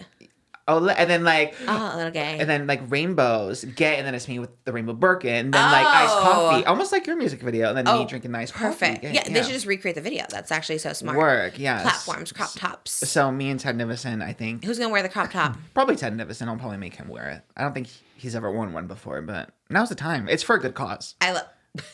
All the profits go to yes. I love it. It does. But that's the point right there. That's where it is. We need like an Yes. ice bucket challenge, but for gay. Kim Badgley put wax in everyone's rectum for gay. We're all a little gay. Put wax in your rectum for gay challenge. Yes. That would be such a good Airbnb experience. They just came out that all these celebrities you can hang with like Sabrina Carpenter for the day and have espresso Yes. and Meg glam. Thee Stallion and Meg watch Thee- anime. Anime. Yeah. Wonderful. They should have Penn Badgley do that. Like pour rectum in your Pour rectum in your. pour wax in your rectum. You know how many people would sign up for that? You? Yeah. You and Moses? Sacha Baron Cohen will be excited for that. Oh my. What were we watching the other day? He's like, she should work with Sacha Baron Cohen. I was like, that's random. What? Oh my, no. Yeah. We watched this movie with Amy Schumer. Her sense of humor is crazy. But anyways, that's a whole other thing. I like Penn Badgley a lot. I really hope he comes on. Maybe I should DM him. I have so many questions about all these stories he's making up. I'm like, are these real? Or is he just like randomly making this up? I feel like the wax in the rectum thing is real. But why call it a rectum? I guess to be politically correct. Your hole. Yeah, you want it's to better. I Hole put is wax better. in my hole. Yeah. Rectum is crazy. Well, he has to use a word that won't get censored. Okay. Well, hold on. You can say it as many times as you want. What would you have said, Moses? If you had to describe putting wax in that part, what terminology would have used? I feel like he's a good barometer. Because Yeah. I think I would never be in that situation. That's not true. Don't even. You have experience. With wax in my... In your Yeah. what? In your what? In your what? Wax in your what? I'll say the way we said with Malibu in the butt. That's cute. That is cute. I was like, you gotta go wipe your butt. And then when I go in the shower, it's like, you're not going to shower. And he's like, mommy needs to wipe her butt. I was like, all right, let's not talk about the butt anymore. That's what I would say. All right. Butt's crazy, but okay, I like that one. Maybe we won't get flagged for that one. So wait, did he say what he did to his penis? Yeah, what did he? Oh, his Speedo to cover it. I guess so. I feel like putting wax on your little slit. Hole. What do you call it? Slit. Slit is kind of crazy. Or did he wear a condom or something like that? Oh, okay. Might seep in there. A condom on your Like you still have flaccid. to protect that. Maybe put wax on it. Let's contact him. DM him. I'm DM him saying, for a there's more, statement. there's more questions. I do Yeah. have questions. Well, even when they do those like penis molds and stuff, how do they do that? They do penis molds for what? Scotty Sire did one. For what? Like chocolate or what? I actually don't know what the purpose Holly was. did one for chocolate, like a chocolate vagina for Valentine's Day. I know some. I don't know if his or Scotty's was, maybe Toddy too. I don't know if it was for this, but people get molds so then you can like for fans to like feel like they're having sex with like that. Oh, penis. like to make a toy? Yeah, but I don't know if his was for that. But I also don't know how do you even do that. Like you have to get hard and put it in a mold. That's so weird. Put wax over it or something, maybe. That's what I'm saying. I would guess that they do it the way they do it with your teeth. You know, there's like that special rubber that it's not hot or anything, but like Oscar said, to get it performance worthy. So they have to get erect. But and then you put a mold over it? It's like, Will you stay that way? Reach out to Scotty Sy for a statement. I guess I could. it works pretty fast. No, so we haven't talked about him in like a year, and it's been wonderful. No, what do you mean? You love talking about Scotty Sy for a while. No, because even just bring up that name, I was like, that sounds like it brought me back to 2018. I was like, where did he we go? moved from him into Zane and Hate for a while. Before Well, Zane and Heath are Heath. still like making podcasts with our queens. No, that's what I'm saying. That Scotty's doing literally nothing. I mean, I don't know. It's good. Live a life of contentment and peace off the internet. But it's also like, oh my God, that like made me spiral for a minute. I was like, oh my God, Scotty Sire. You were talking about him a lot like a year ago. I know. Well, he was kind of like in our face, right? He was kind of. He talked about selling his music or something. it was mostly about that. Thank his God I don't hear from catalog. him. Stop tagging me in anything. No one tags me in it because he's not doing anything. It's just me, I guess. Oh man, that is Scotty Sire. Well, men have it crazy to think about it. When you think about having the penis, is crazy. Like it is wild what you have to like keep up. What do you? I think it's crazier for women. Yeah. Ours is pretty simple. Yeah, like periods and everything. Yeah. Okay, but sex wise, just we could have eaten a full meal. We could not be in the mood. No matter what, you could just stick it in. Guys, either if you're gonna bottom, you're gonna have to like not eat, douche, all that stuff like that. And if you're a guy, no matter, you still have to get it up. I feel like that's the easier part. Yeah, because we were with somebody that it gets up. Like No, but a lot of guys have trouble, and then I feel bad. I'm like, oh my God, that's so sad.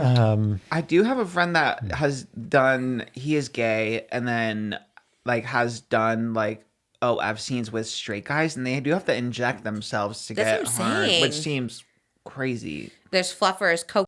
There's so much things. Like, you know what I mean? Jesus. Yeah, and I'm like, girls can literally. but that's you're talking about industry because they have to keep it up for Long periods. insane periods of time. Like, But what if someone was like in the mood and you're like, sorry, I just literally can't right now. Like, you're just not, like, your grandma died or something. And you're just like, but your partner's like, I well, want maybe they it. should take the time to. Well, I could just lay there and mourn. like I'll just be sad, and then it's whatever. But you guys can't. You got to think about something else. You got to switch your mind. I don't think if you were like depressed and like grieving the loss of your grandmother, you should be like laying there and getting banged anyway. I think you should be like, I'm sorry, now is not the time. I mean, true.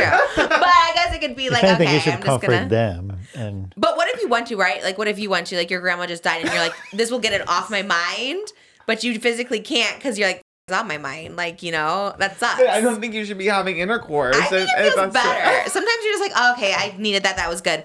But if you can't physically do it, Oh my god. that would be, I feel bad. I don't want a penis anymore. I used to want a penis. I don't think I want one anymore. I think it sounds awful. And if it gets shot off like Joe Goldberg, then he's having a baby. We should talk to them. His wife's having a baby. Is it the first one? No, they have like 3 kids. She had one from her Oh. previous marriage. They had one together. I know so much about this. And they're currently pregnant with twins. So maybe they're having a baby at the same time. I just love people who have babies around the same time. I want to be like, let's be friends. You know what I mean? Maybe invite him to Elvis's birthday. Yeah, I think you got to go through Domino Kirk instead of Penn Badgley, though. Right. Might be weird to be like. I think Domino seems more your speed. She seems very chill.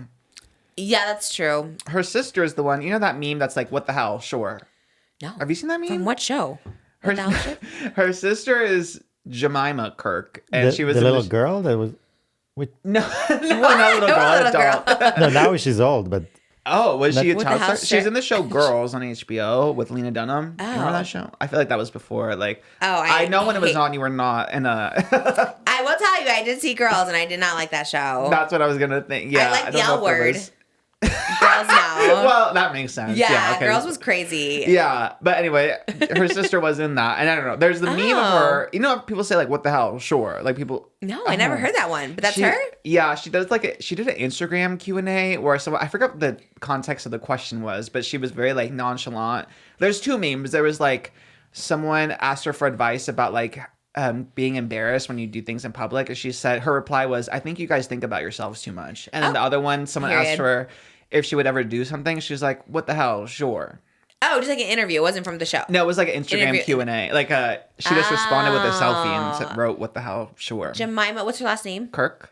Jemima Kirk. Yeah. Anyway, that's I've never met anyone named Jemima. I mean, not to be like the syrup, but the syrup formerly known as Aunt Jemima. It's no longer Aunt Jemima. Yeah. Hers is spelled Jemima. She's from British. That's British. how they spell the syrup. Oh.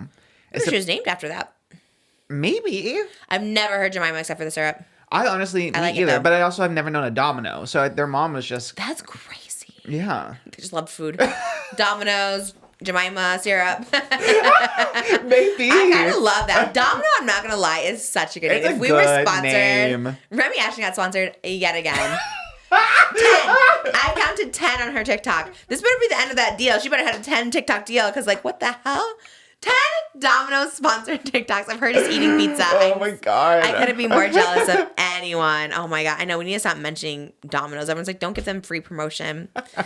Though Jimmy did say he talked to our ad people and was like, okay, he cut out clips of every time we said Domino's if they want to go get us a Domino's. And put like ad. a sizzle reel together or something. That's fierce. They're probably like, no, she gets a twist for free. Why would we pay? That's what I'm thinking too. I Yeah. know. Okay, we're gonna stop. Starting now. No more Domino's. That sounds great though. Ooh, that is a great transition into some Domino's? Pizza Hut news. Ooh, pizza sounds so good too. Oh, well, it went viral because they were one of the there's a Pizza Hut in Toronto, Canada. Did you have Pizza Hut when you were in? No. Oh, okay. I didn't. Why is it good there? Well, they were keeping pizza supplies in the bathroom, and they went viral because they were using the bathroom as a storage for like the boxes, the pizza boxes and everything. Oh, what's the problem? I think there was what do you mean what's the problem? What happened? What? Wait, like a restaurant gets a B rating if you have to walk through the kitchen to get to the bathroom. Here, the food is in the bathroom. Just the boxes. It's not the food. But where do you think that they're putting the pizzas after they're ready? They take the boxes to the oven. I don't think there's anything wrong with that. I don't get it. They're splashing it with pee or what? I guess if someone's messy, but I don't think they're like pooping in the boxes or anything. What? You don't think it's crazy? Kitchen supplies and it was pizza supplies, kitchen supplies, pizza boxes, and dip containers were being stored in boxes right next to the toilets. You think that's? I feel like it's fine. I mean, how close are the toilets? Are they being stacked right up there when you're squatting or what? It's pretty close. I think it's fine. Everyone needs to chill. It's cleaning supplies and pizza boxes, not like the cheese and pepperoni back there. Give me a Pizza Hut. Give me that all day long. I do love a Pizza Hut breadsticks over Domino's, so I would take it. They're so good. I'm dead. Okay. What do you think? I think it's pretty gross. You won't even sit on the seat in the toilet. Why would you eat from a box that was that there? was my whole discussion twice now on Hot Topics. Is like, I don't think a bare butt is an issue on a toilet. I did it at the Delta One. I sat bare butt on a public toilet. And like your teacher said, like there's no holes to get in. There's no E. coli I love to get in. that's the thing that you remember. There's so much stuff you forget, but that's Because it made me feel better. I was like, you know what? You're right. There's no orifice to get in through there if your bare skin is on the thing. So I don't see anything wrong with it. I think it's kind of gross, but also because like even it could be like in the air still, like all the germs and stuff. Germs from what? Yeah, you know how they waist. have the hand dryers, like the one that blow air. Yes. But you just washed your hands.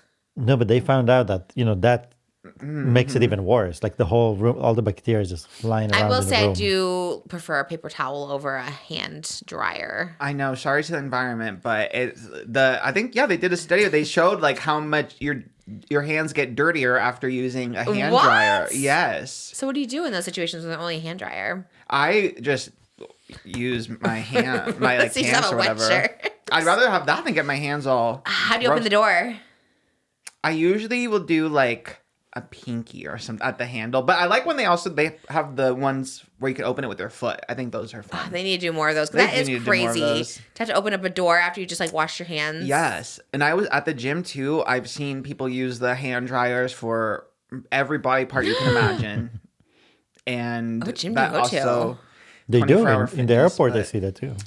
Penises? That's what you said. Every body part rectums.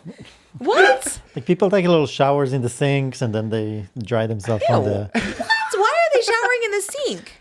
People fly from all over the world. They have different ideas of.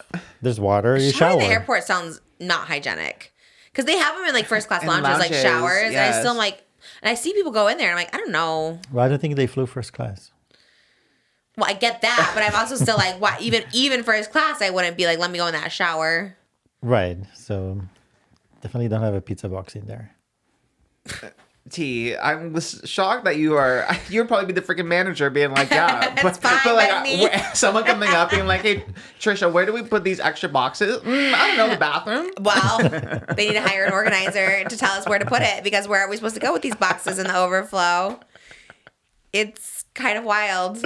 Well, it went viral. It got like 1 million views on TikTok. And then Public Health and Pizza Hut were contacted. And they have since removed the pizza boxes from this Toronto Pizza Hut. So wow. So they agreed, I guess, with you guys. They were like, get that out of here.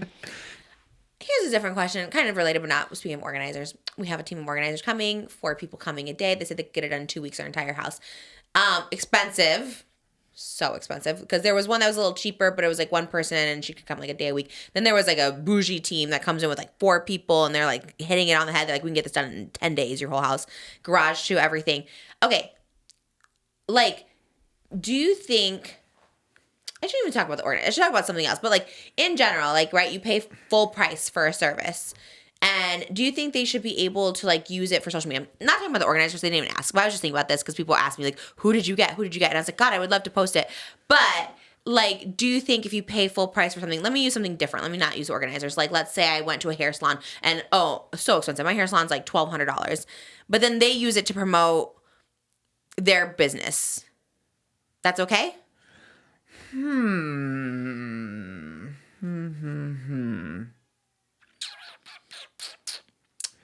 I feel like usually if it's used, I guess it's tough because I feel like even normal customers, like non-influencer customers, like if like a company will even use them sometimes for like social media or whatever, like they like med spas or whatever. There's like when I went for Botox, there's like a thing that checks if you will allow them to use like your before and afters for them to use for like promotion or whatever. Yeah. So I don't know. I'm kind of split on it. I would think like, oh, if I'm paying full price and like, I guess it's different.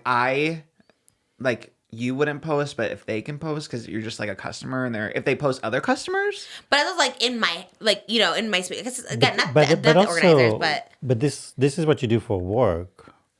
So I think it is different. Like when this is what you do for work. All I know is like different, and not just this organization, but all the organizers, they show before and afters of people's like closets and stuff like that. And I was just like, I don't know if I want to show my before, you know. And again, this company has like never been like, let's work out a deal, nothing. So they probably don't care. But I see them post. So I'm like, okay, but can they just post like my house looking crazy before, like my garage is like a hoarder's thing? No, it's up to you. I think they do. They show that. They'll show like a crazy house, like worse than ours, of just like boxes. So they trash. Agreed. So they agreed for them to show that. You think? Oh yeah, for sure. Yeah, you can't show somebody's house without their consent. Yeah. No, but we can bleep which company this was. But I just feel like if that's the case, like give me a discount. Don't be the way they're supposed to always stay anonymous. And that's like, I'm blessed. Just came by the other day on my FYP and I was like, interesting. Yeah, actually you saw it. You did? Oh, okay. I guess I'm bigger than I thought. I don't know. If you're a normal person, let us know too. Because even when we go get our ultrasounds and stuff like that too, they're like, you know, permission to use your photo. I was like, no, what? Like, that's crazy. Yeah. Why would somebody want to get permission to use like a sonogram? You know what I mean? Like, why would you want that out there? I don't know. Who would be like, yeah, use me as an example. I think everyone should get a discount, even if you're not an influencer, if they're going to use you for like promotional before and after material. Yeah. There's a plastic surgery office. I think it's Dr. Barrett. They're like, hey, we'll do trade straight up, and I'm about to. If I get my boobs in lipo, I'm about to. I like that better than just But then you have people like cinnamon roll people over here. They're so sweet. They're like, can we repost that video? I was like, yeah, I mean, you give me free cinnamon rolls. Of course you can. You know what I mean? And I will do stuff for free cinnamon rolls. I would do that. Like nothing, like my cost is low, but it's so funny. They were even polite to be like, can we repost this? I was like, yeah, obviously. I guess, consent first before. Consent over everything. Yeah. Because there are a lot of companies that will basically abuse the relationship. I remember I saw it with Bethany Frankel, actually. Like, so sometimes companies will use your videos and your stuff to promote their product when you're actually not even happy with the product, So people do abuse that. Wait, what do you mean when you're not happy with the oh, really? Imagine like you had something and you didn't even like it that much, but suddenly you're the face of the product, That's so funny. Because on the other hand, you promote all the time everything that you just like. You just show living life. I ate In and Out. I drank this. I like Pepsi. Whatever. Things happen. I do love Pepsi. It's just life, So you do that, but it's your choice. But when somebody else does it for you, it's a completely different story. Mm-hmm. Okay. Probably not relatable, but let us know what you think. Because I don't know. I was thinking about that. I was like, Also, yeah, people that are like, it's more personal. Sometimes you want to know like what you're using, your space, all that stuff. But Olivia O'Brien. Oh. What? Called out Logan Paul or kind of exposed him a little bit, which I thought was funny. She commented on that video that we talked about previously, the clip of Impulsive about Nina and Logan talking about their baby's nursery and how Logan told Nina he doesn't care what the nursery looks like because Paul American. Oh yeah, what did I call it? Impulsive. I was like, where is this one? Whatever Paul pun. Yeah. We love that. So she commented on that clip on TikTok, and she said, because they dated, what year did they even date? It was like 2019, 2018 maybe. After Toddy, I think, or before Toddy. I remember when she went on Impulsive, and that was like when I went on, so it was like probably 2019, okay. So maybe like 2018. So around there. Yeah. But she said that Logan once told me he wanted to have a kid because he loves himself so much he thought he could only love someone else fully if it was half of him, like it was a science experiment with the heart eyes emoji. She commented it? She left this as a comment? Yeah, on the TikTok of him being weird about his baby's nursery. I think that's why he was pissed it was a girl. I mean, he said multiple times that he was like annoyed that it was a girl and like I guess he just didn't care. That's the worst. Oh my God. If you're having a baby so you could just like love you. It's because like you love yourself so much that you could only love someone because it's half of you or a mini version of you. Is like so narcissistic, but does track for Logan Paul because I don't think he is very aware of other people in the world's experiences. I think he only is aware of the Logan Paul experience. Yeah. On one hand, the self-love is good. That you love, you love yourself so much. If you can't love yourself, yes. how the hell are you gonna love somebody? So he loves himself first. We love that. Yeah, then the trickling down to the baby, that poor baby. What if it's like doesn't look like him or act like him? And a lot of people are like the same that. Interests. Yeah, he's gonna be. Then I think that's what happens with parents, and they like kind of resent their child. They like don't like look or resemble them. Yeah, it makes me a little worried. That whole show was definitely a big red flag. Him just the whole time being like so over the baby. I remember he like literally said like I can't believe I'm having a baby. I'm like, well leave it because it's coming. He was very. Did you see the clip of him talking to her about how he's going into optimistic? He's like, I don't think it's gonna be as bad as we think it's gonna be. No. Yeah, and she's like. What? I didn't think.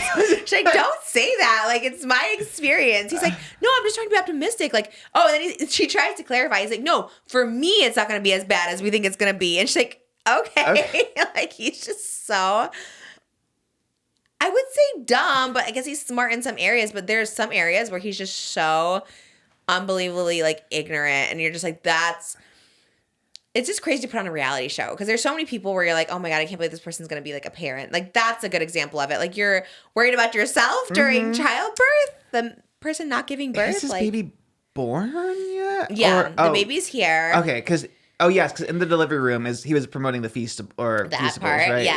Yeah, okay. And, or lunch lease. Since the baby, he seems to be saying great things. Like, this is everything. I could love her so much. The way he said it, let me see if this is the one. Okay. I think it's gonna be easier than we think.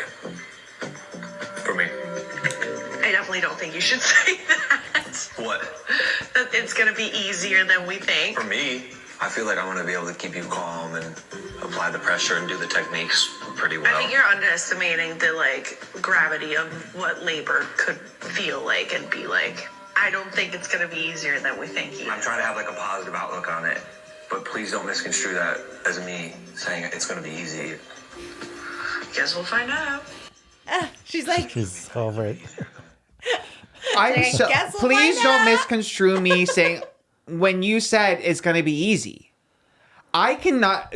Men, there is an epidemic of men gaslighting us all, and you like. I don't even want to get into the full list. I will get into the full list. Yeah. DDG, Aiden Ross, Logan Paul. There is a list of men that are trying to gaslight us all, and they say they completely contradict themselves, but then trying to make us seem that you said it. You said it. You said it's gonna be easy. that was crazy. Don't Like, misconstrue. I can't. I am losing my that's mind. the craziest thing.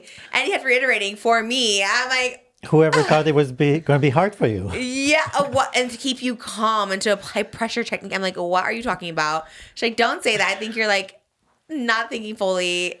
Like before the birth and the first one, like all I could think was about you and what you're gonna like. Like I never thought about. It's gonna be hard for me.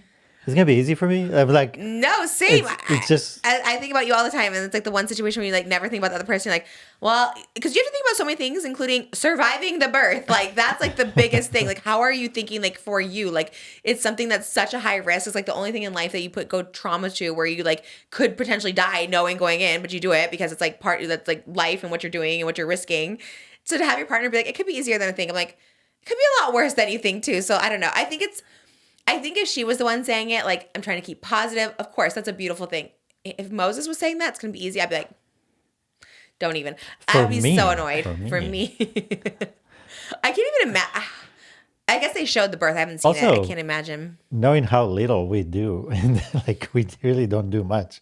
Like the most, even in the hardest parts were like me just telling you to push every 10, like counting. You were by yourself telling me to push. The nurse was like, at some point they left us while she was pushing, and I'm like holding her legs. I'm like counting, push, and all that. I remember I was like, is the hole big? I thought it was gaping. I thought it was going to open up really big because I was 10 centimeters. He's like, I don't think I can see it. Well, the head. We're trying to see the head. But they left us when I was pushing in active labor. They literally no, left. It was kind of insane because it was like 3 different nurses exchanged in that time, so nobody really kept up with what's going on until the last one that was the most experienced came and was like, "Oh no, you need to go to surgery right now." yeah. I was like, okay. I'm like, I've been here 3 hours pushing. They're like, what? I was like, that was great. Anyways, I couldn't imagine. Hopefully he was fine. Having Logan Paul in there would stress me out. Oh my God. I'd be like, leave. Like, get my mom in here or something like that. That is crazy. And also him doing the little antics with snapping and the lunch, or what do they call it? What the hell? Lunchly. These Lunchables. Whatever. No, I could not. Oh my God. Or the ones that like sleep or go get pizza or whatever they do. Like, I love, Moses was perfect, just quiet. I just needed like everyone to be quiet and like not talk to me. So I couldn't even imagine someone like just and I know vlogging. Shane and the therapist that he collaborated with, they came recently saying they didn't really believe Jake Paul was a sociopath when they did that little documentary. You know? They did say that? Yeah, and that thing that they said, or that new podcast they did together. Oh, so they retracted? Because wasn't his whole thing like Jake Paul's a sociopath? Yes, and they were like, what they were saying in that new podcast, like everyone was saying it. They didn't know if they fully believed it, but that was titled that because that was like the rhetoric going around. That seems a little harmful if you don't believe that to use that as the title. Anyway, that's crazy. My point was maybe they got the wrong Paul because Logan really does seem to like lack empathy, and I don't even know if he can control it. I know he recently discovered like women go through stuff and misogyny exists and stuff. But it just seems like he cannot think about anyone's perspective besides Logan's. Like, truly, he can't even think about his fiance's perspective before she gives birth. Like, so wild. It is very weird. No, how awful. I mean, it's just like, I know there's probably like a connection. There's like a different side you don't see, but just what we do see and what you choose to put on TV. Because even him being like woke or whatever, it's still it still is like, wait, like this person is like you said, like zero empathy, zero like it's such a bizarre, it's sad, it's just sad, and I think that's what everyone feels. Then you see in juxtaposition like Jake Paul with Jetta, and it's like, wow, they're like, wait, this makes me like Jake Paul because he's like really like sweet, and he like is filming her rehearsing, and he's like really involved in her life, and he's like, you know, waiting for her to accomplish her dreams before they have a baby and all that stuff like that. So it is very odd.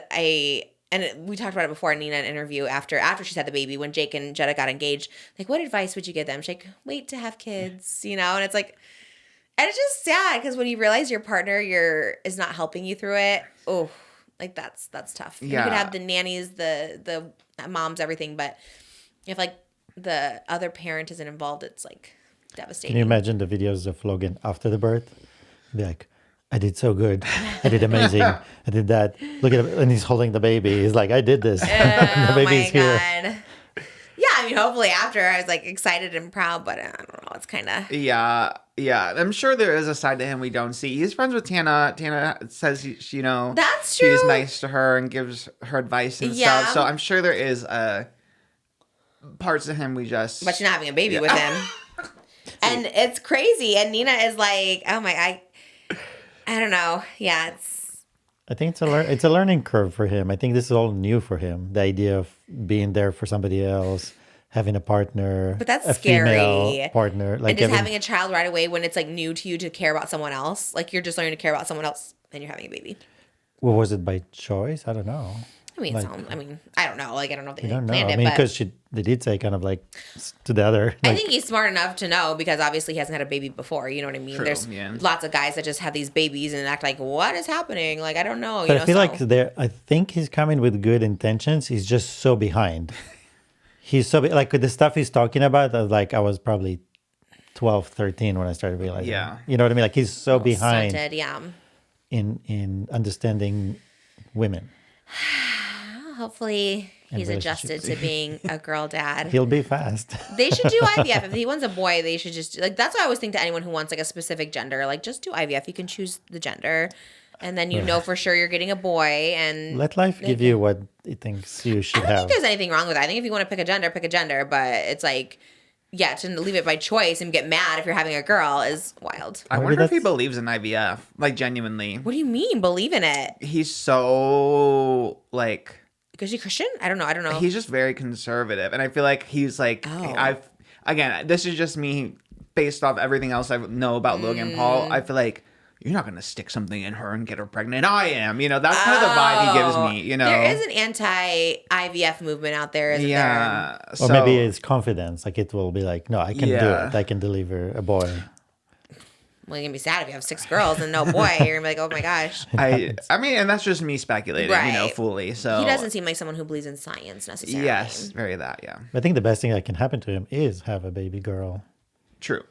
Yeah, maybe he'll be a great girl dad. Yeah. Oh my God, if he was like, because look at them, they were 2 brothers with their dad, and the dad was awful to them, and then they became awful to the world. And I still have high hopes for him. I think he has good intentions. He just needs to. Wow, I don't have high hopes. I don't think there's high hopes. I just hope he's okay for the. I think they just need to not renew that show. They just need to live the life. The less we know, it's probably better. I think so too. Yes. Just live life offline. Yeah. Not gonna happen with this family. Oh my God. That's all they have. When I saw I know you mentioned Aiden Ross earlier, like Aiden Ross, the DDG thing, they had those dumb hats on like he had on during this thing. I'm like, what is with these guys wearing these stupid hats all the time and saying stupid things? But with so much confidence and then being just factually incorrect too is the craziest Oh my thing. God. I don't want to get in this world because I'm scared of like the Aiden Rossnators and stuff like that. But it's like, it is streaming in general. We've said this so many times, like, why are we doing this? Like streaming is crazy, like streaming in real life, streaming as things happen, like, and then he has to kind of be like, come over here, don't even give it to that. It's like, just shut off the stream. Like, what are we doing? Why are we streaming this? Why are we, oh my God, it's just like so wild. Yeah. Stop streaming. I think like, I just don't get the appeal of it at all, but. Shout out Callie, who's probably streaming as we speak. That's true. Shout out to the streamers who just stay in their house. Yeah. I think the IRL streamers are the ones that, because they were like in some store, they were shopping, I don't know. Yeah, and even if you go into it with good intentions, IRL streaming, I think there was another IRL streamer who got punched midstream in France or something, so it's scary, yeah. Be careful out there. Mm-hmm. Oh my gosh. Well, I feel like we have to end with Austin McBroom's update after Catherine's book leaked. The whole thing is kind of weird. I don't even know if the pages were real at first, the pages of Catherine's book, but probably like for it's not down my mind. It's like to promote the book, like, you know, I'm sure like publisher or Samples. something. Yeah. Got out there. Obviously, she I wants to didn't sell even the know book. she was writing the book. It just came Right. out of nowhere, so I was like, wait, what? But That part. I know. I yeah. think he's the only one who can make Logan Paul look. You know what? We love Logan Paul. After In Austin comparison, McBroom. Yeah. yeah. It's like Team Logan again. Okay. You know what? He's there for her. He's trying. Because he released a lengthy public statement. 40 minutes. Was it maybe a Snapchat? Snapchat. 40-minute snap. Jesus Christ. What? I'm invested. I was invested. I'm like, how do I get on Snap? Moses, give me your Snap. I'm trying to How figure out can how to you watch snap this. for 40 minutes? He was going. He There was is- those ad breaks in between, too. It was crazy. He's monetizing it too on top of that. Yes. So no one can even come for Catherine monetizing a book because it's like he also is monetizing this. Everything. Yeah, yes. this is like her story. You're also just being unhinged. It was a wild response. He did say he felt blindsided by the book's content, which had the claims of infidelity and betrayal. He said, I never wanted to talk about this, and to protect the most important people in my life, which is the mother of my kids and my kids. I also love that he said he was shocked that someone is writing an autobiography and talking about someone else in the book, which is funny. He's like, Yeah. when people write an autobiography, they usually begin with, hello, my name is. Oh, Not. okay, author. I was like, have you read a book? Have you ever read an autobiography? That's how every biography starts. I was like, Prince Harry, what? hello. My name is Prince Harry. Hello, I'm Britney Spears. He watched like True Life. He's like, that's it. I was gagged. I was like, what the hell is going on Because here? once he was Yeah. suggesting like that she's selling the book, like the only reason it will sell is because she talks about him. Yes, I'm exactly. like, Like no, she mentioned you. narcissism 'cause you're the 101. It's problem. like her life that you were involved in for 10 years. Yes, and it is like probably the part of her past that has affected her the most, for better and worse. Like obviously you gave her kids, but also Yeah. you Oh, you bet put her I'm through gonna the ringer. So Write a book, write a movie. Like I'll never stop talking about it ever. Yeah, Like so- and this is her first time talking about it. But he also said that he was going to talk about it at one point. He was going to come out and Catherine told him not to. Yes, he said that he made a video back in January, so right when they were announcing their breakup.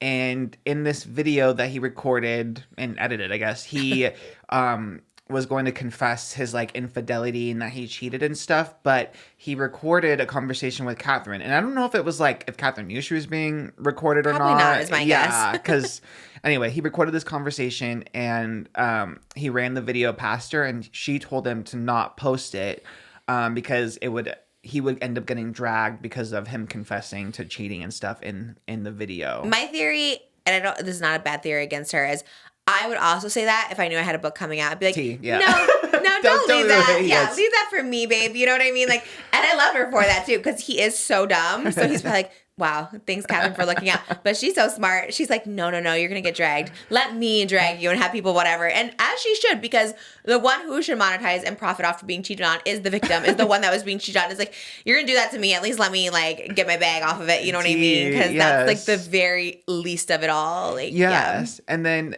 in this big rant too, he justified his cheating because he said that he wasn't having sex with Catherine for like a year, and at one point he went up to her and expressed his needs, and she said, whatever you do, just do not embarrass me. Which he's like, well, what do you interpret that as? Yeah, to me, I interpret it as I can do whatever I want, just don't tell me about it. Like which is leaps and bounds from what I think she's saying. Don't embarrass her, and he took it as, oh, I can go cheat as long as it doesn't come out. Which also it did come out that you cheated. Always Tana come freaking out. saw that you were cheating. Wait, Tana, She was I'm part sorry. of it. Tana needs to clock in. I know she is like living her best life Yeah. abroad across the pond. Yeah. Tana, we need you to clock in for this tea Oh, because she oh my will. god, but I she's think- gonna clock in too late. You know, it'll be Yeah, canceled in a month. We'll be in August, Yes. not Love Line. Check it out, because she will. Because she's very open about it. Because after she told the story about when her and Jake were together and they found a lipstick in the car, and him and Catherine called Jake and Tana, and they're like, "Tana, is this your lipstick?" And she's like, "I was trying to save the kids," so I was like, "Yeah, it's my lipstick," but like, no, it wasn't my lipstick, Catherine,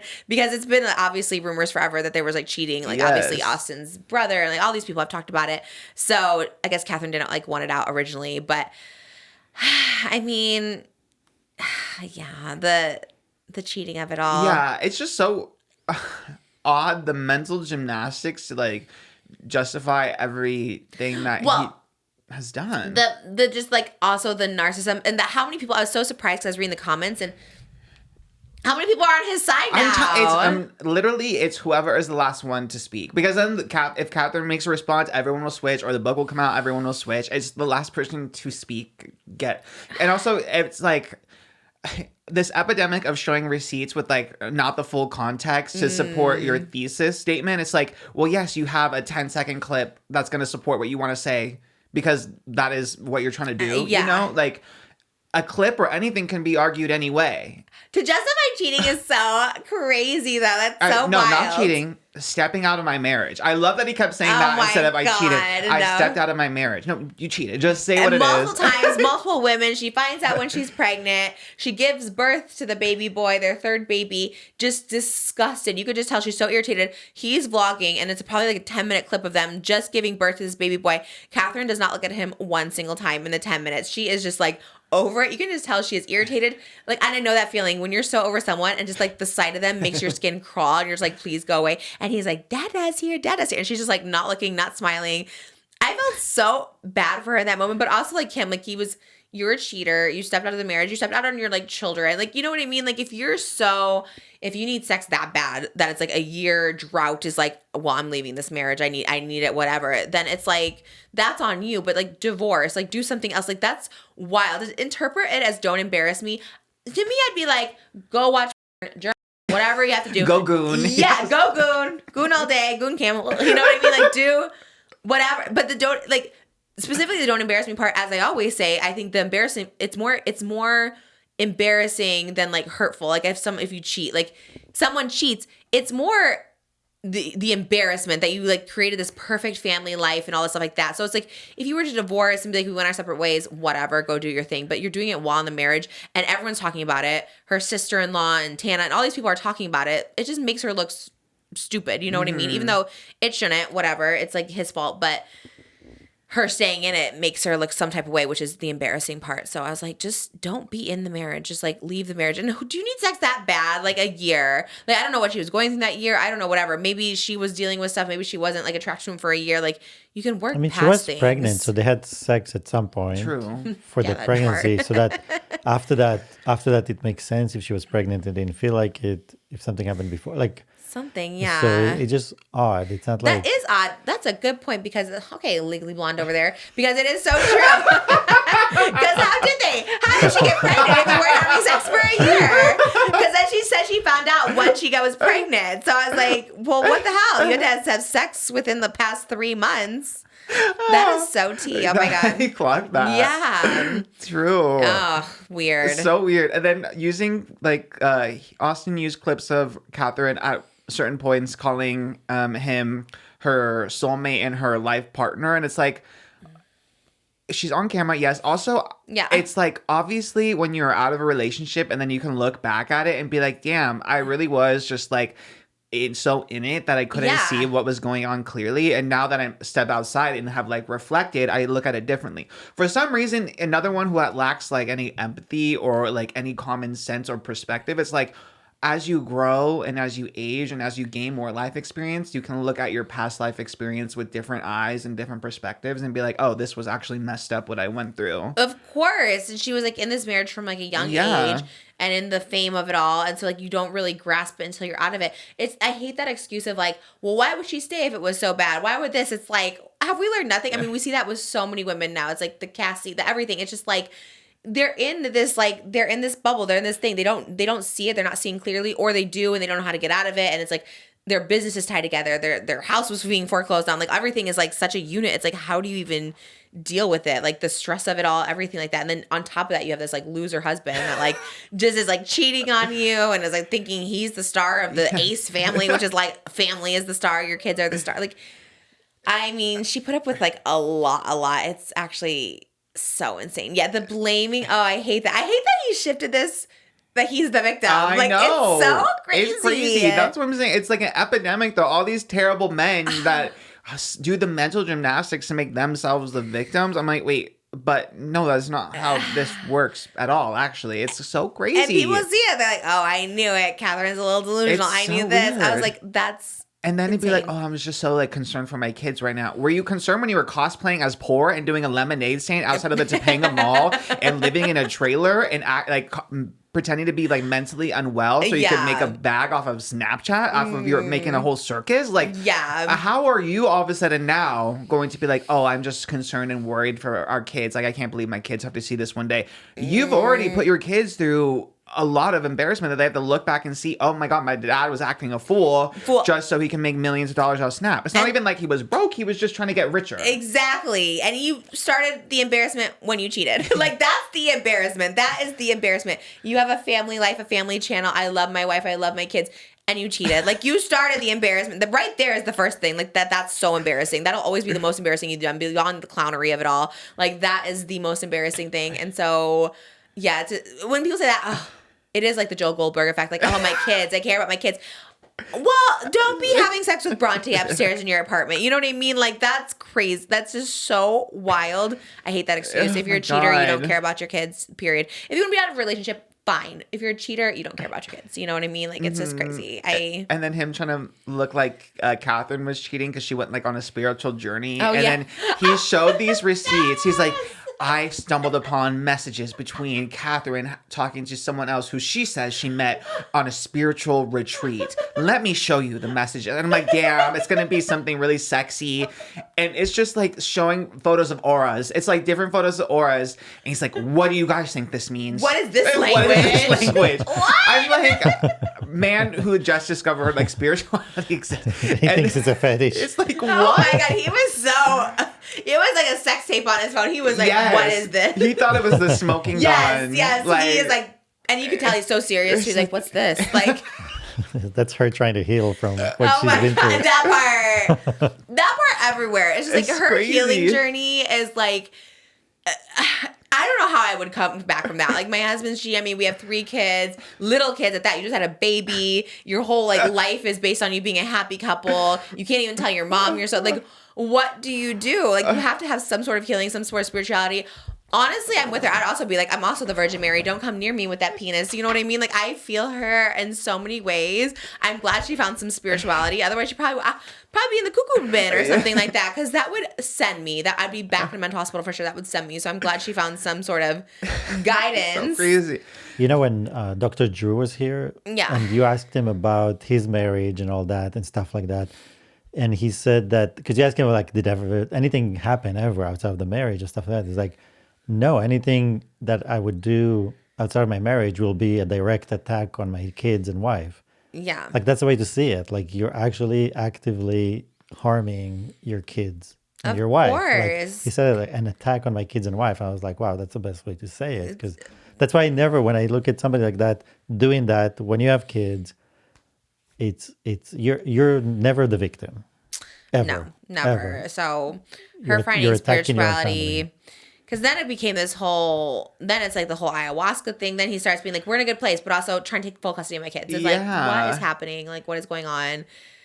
The boyfriend did respond. Yes, the Catherine's boyfriend did respond, 'cause, which maybe is not always the greatest move. Yes. I'd be like, this is what I tell. I think we talked about this before. When like a partner tries to like step in to defend you, I will always tell Moses or anyone, my sister, or anyone, I'm like, please don't. Like, you know, it's just better when it comes from like the direct. Yeah. When a boyfriend steps in, he could be amazing, he could be wonderful for sure, but like it just never is like. It's not hitting the spots we need to hit, because also it's like, well, we don't want to hear from you. We need to hear from Catherine. Yeah, because Austin alleged that Catherine was doing like ayahuasca in the house and there was kids in the vicinity.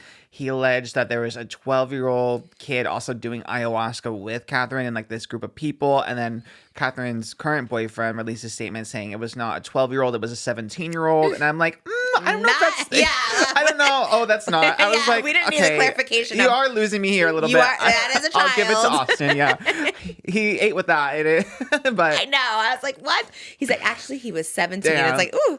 when the worst person you know makes a good point, it's like, I okay, know, well. I know. I was like, wish they wouldn't have done that, because it's like we didn't know the context. We didn't know the ayahuasca parties. Are you familiar with ayahuasca? Only because I think Chelsea Handler had like a Netflix documentary or something where she like did different drugs as like a journey of self-exploration, and she did ayahuasca in Peru. She liked it?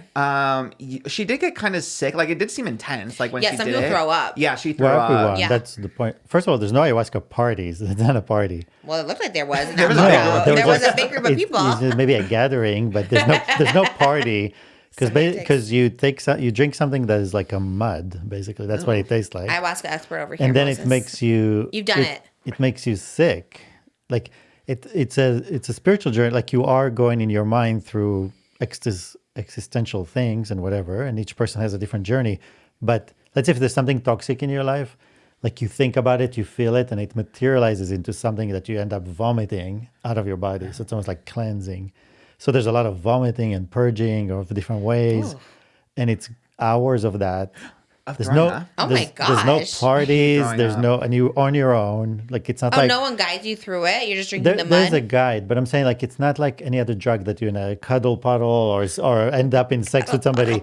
There's nothing here. It's you on your own, and you're purging things. And so why would they do it as a group? Just in general, not Catherine, but it's more for the shaman. Like they do it with a few people, not just one. Because going through the whole ceremony, preparing the materials, all that, you're not going to do it for one person. And maybe some rich people, maybe they do it on their own because it's just expensive. So. And how does he know she does it when the kids are there? What if they're with him? Like, you know? Yeah. And how often, that was the thing, you're like, most people do it once. And if you go to Peru, sometimes they do it twice, one day and the next day. And that's it. Because you get so much out of it, you don't need to do it repeatedly. Now, the criticism is that some people join the church and then they do it regularly, and the criticism that those people that do it regularly, they're kind of like start walking on clouds and detach from reality a little bit because it's a little bit too much maybe. But so if she did it once or twice, there's nothing to criticize. She just took a little journey trying to figure out herself. It's like going over to a retreat. He's claiming if she's doing it regularly, like every week. He was saying once a month is what I heard was the allege. Then it could be a lot, but it's not dangerous. You know what I mean? It's like joining any church. Right. But it's not dangerous. So I don't know about this. Because I was saying, I told him, like, if we were separated and my new boyfriend moved in and I had full custody of the kids and I was doing ayahuasca once a month, you want to be like, I know you'd be like, I know you would never do that. I definitely don't want to be drinking no mud. That's for sure. That's crazy. I don't know ayahuasca. Everyone talks about it. I know people some people love it or whatever. Shawn Mendes loved it. Really? Yeah, he did it. Okay. I don't know how I feel about it. I kind of have no education on this, so I'm not really Me either. Yeah, I don't think I would ever do. I hate throwing up though. Yeah. It's the worst. No, thank you. That's why I stopped doing. Actually, I had one bad trip when I kept throwing up. Remember, I thought I was like a turkey in that jacuzzi. I was like, bleh. Like I thought I was gonna die. It was the worst thing ever. I feel like also Austin. I don't know how educated he is on it either. I feel like he is making it out to seem like it's a crack pipe or something. That's what it sounds like. Yeah, like that's what I thought when I think ayahuasca. I'm like, what is this even? He's like, she's been doing the ayahuasca for so long. I don't think he really knows. Well, I think he knows what he's doing. I think he's being very manipulative to try to turn people against her. She's doing drugs. So yeah, because that is the one part where people are like alarmed. Oh my gosh, the kids in the house. I mean, again, I don't know the situation. I don't know what that means. Like, is it like drinking wine with kids in the house? I don't know, but like.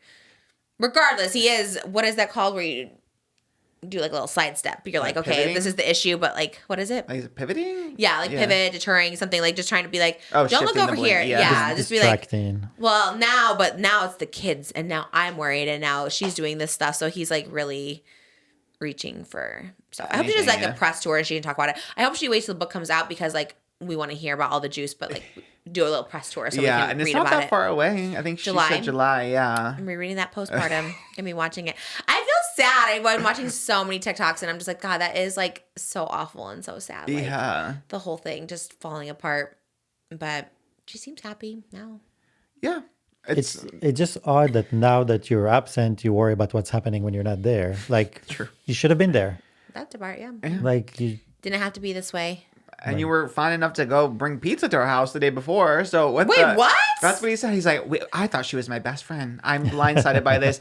I just brought pizza to her house and I was hanging out with her and her boyfriend. So he had no concern until the book came out. Okay, weird. Wait, that's so weird. Also, who brings pizza anymore? Just deliver it. Like there's I can't imagine Austin. I guess maybe if he still lives in that trailer in her front yard, then I guess. Let me bring a pizza. Let me bring the leftovers. I loved a Friday night when my mom would bring a pizza home. It was great, but like now there's the apps. Like no one. Maybe it's working. Maybe he does DoorDash and stuff. Oh my God. I don't mind that, honestly. He is he's a character. He's awful. God, who's the awful man of the week? I don't know if he can beat. There's a lot of contenders this week. Okay. That aren't in prison. That aren't in jail already. I think DDG takes it. I'm sorry, but you don't touch Little Mermaid. No. Yeah, I love everyone's like uniting and standing up for Halle, obviously. But yeah. No, that reaction on the stream was crazy. Fake, right? Like, obviously, he was, like, recreating his reaction. Because it's not that she filed for a restraining order. It was granted. So he knew. Yeah. You find out when someone files, you get served. So he must have known. So, yeah. I mean, I guess I know it happens to, like, all these women, but it's, like, crazy. Like, it's, like, these, like, beautiful, like, famous, like, equally as powerful women are also, like, victims of this. It's like so, like, sad, and, like, it's, I don't know, it just, like, really can happen to anyone, because we've seen it with, like, Keke Palmer, and now it's Halle Bailey, and obviously Rihanna we saw it with, and Cassie. It's just, like, really sad. Yeah. And that's just what we see on, like, it's crazy. That's what we see on camera, because, you know, what happens, like, not on camera. I don't know what's happening in the world. I know. It's this week especially has just been an onslaught of terrible men. Truly. Yeah. Austin McBroom gives me the biggest ick for influencers. If we're just talking influencer only, he's given me more than Logan. Yeah, definitely more than Logan, for sure. I think, I don't know. I really don't like his face. I see that as TikToks. I'm like, oh, that Snapchat. I'm like, oh, he just looks so arrogant. Like he thinks he's eating with everything he's saying. Very smug, yes. And I'm like, you are a cheater. Good luck with life, Austin McBroom. I don't know what's happening next, but I don't think I'm having any more pizza parties with Catherine anytime soon. And her new boyfriend, he's weird. I don't know. Poor kids too. It's like, oh my God, leave the kids out of it. I know. Well. Wow. I guess always that's where we ending end our it. program about a terrible man. That is the theme this week. Oh my God. That's awful. Yeah. Well, thanks for watching. Yeah. Shout out Stephanie Sue. We love. Sorry to Love the Stephanie Suinator. Sue. Sorry to the Suinators. We love gay men. Yeah. Oh, yeah. Except James Charles, I guess. Damn, he ruined it for our gay episode. Oh my God, okay. Well. Happy Pride to everyone except James Charles. That's crazy. That's wild. And, you know, just look out for yourselves. Be kind. What does Ellen say? Be kind to people. What does she say at the end? Be kind to Be people. Kind. Wasn't that how she ended her show? Be kind. I think maybe more appropriate, like, if you can't love yourself. That's RuPaul. Was it Joshua D. Evans? I said was be kind. No, Wasn't that his Ellen. thing? Be nice Ellen. to people. Right? Ellen yes. Who? Be kind? Because, She said that at the end of her be show. nice. Maybe it was Be nice to people out there. She used to say something like that at the end of she her used to say show, something. which was ironic, obviously, because she was bullying random people. But yes. The worst of it, yes. If you can't Joshua be nice to Evans, too. employees. Colleen's first husband, his merch was be nice to people. Oh, work. That is a good shirt to have, I guess. YouTubers had the worst merch. Arguably, every YouTuber had. God, I'm so glad YouTubers stopped making merch.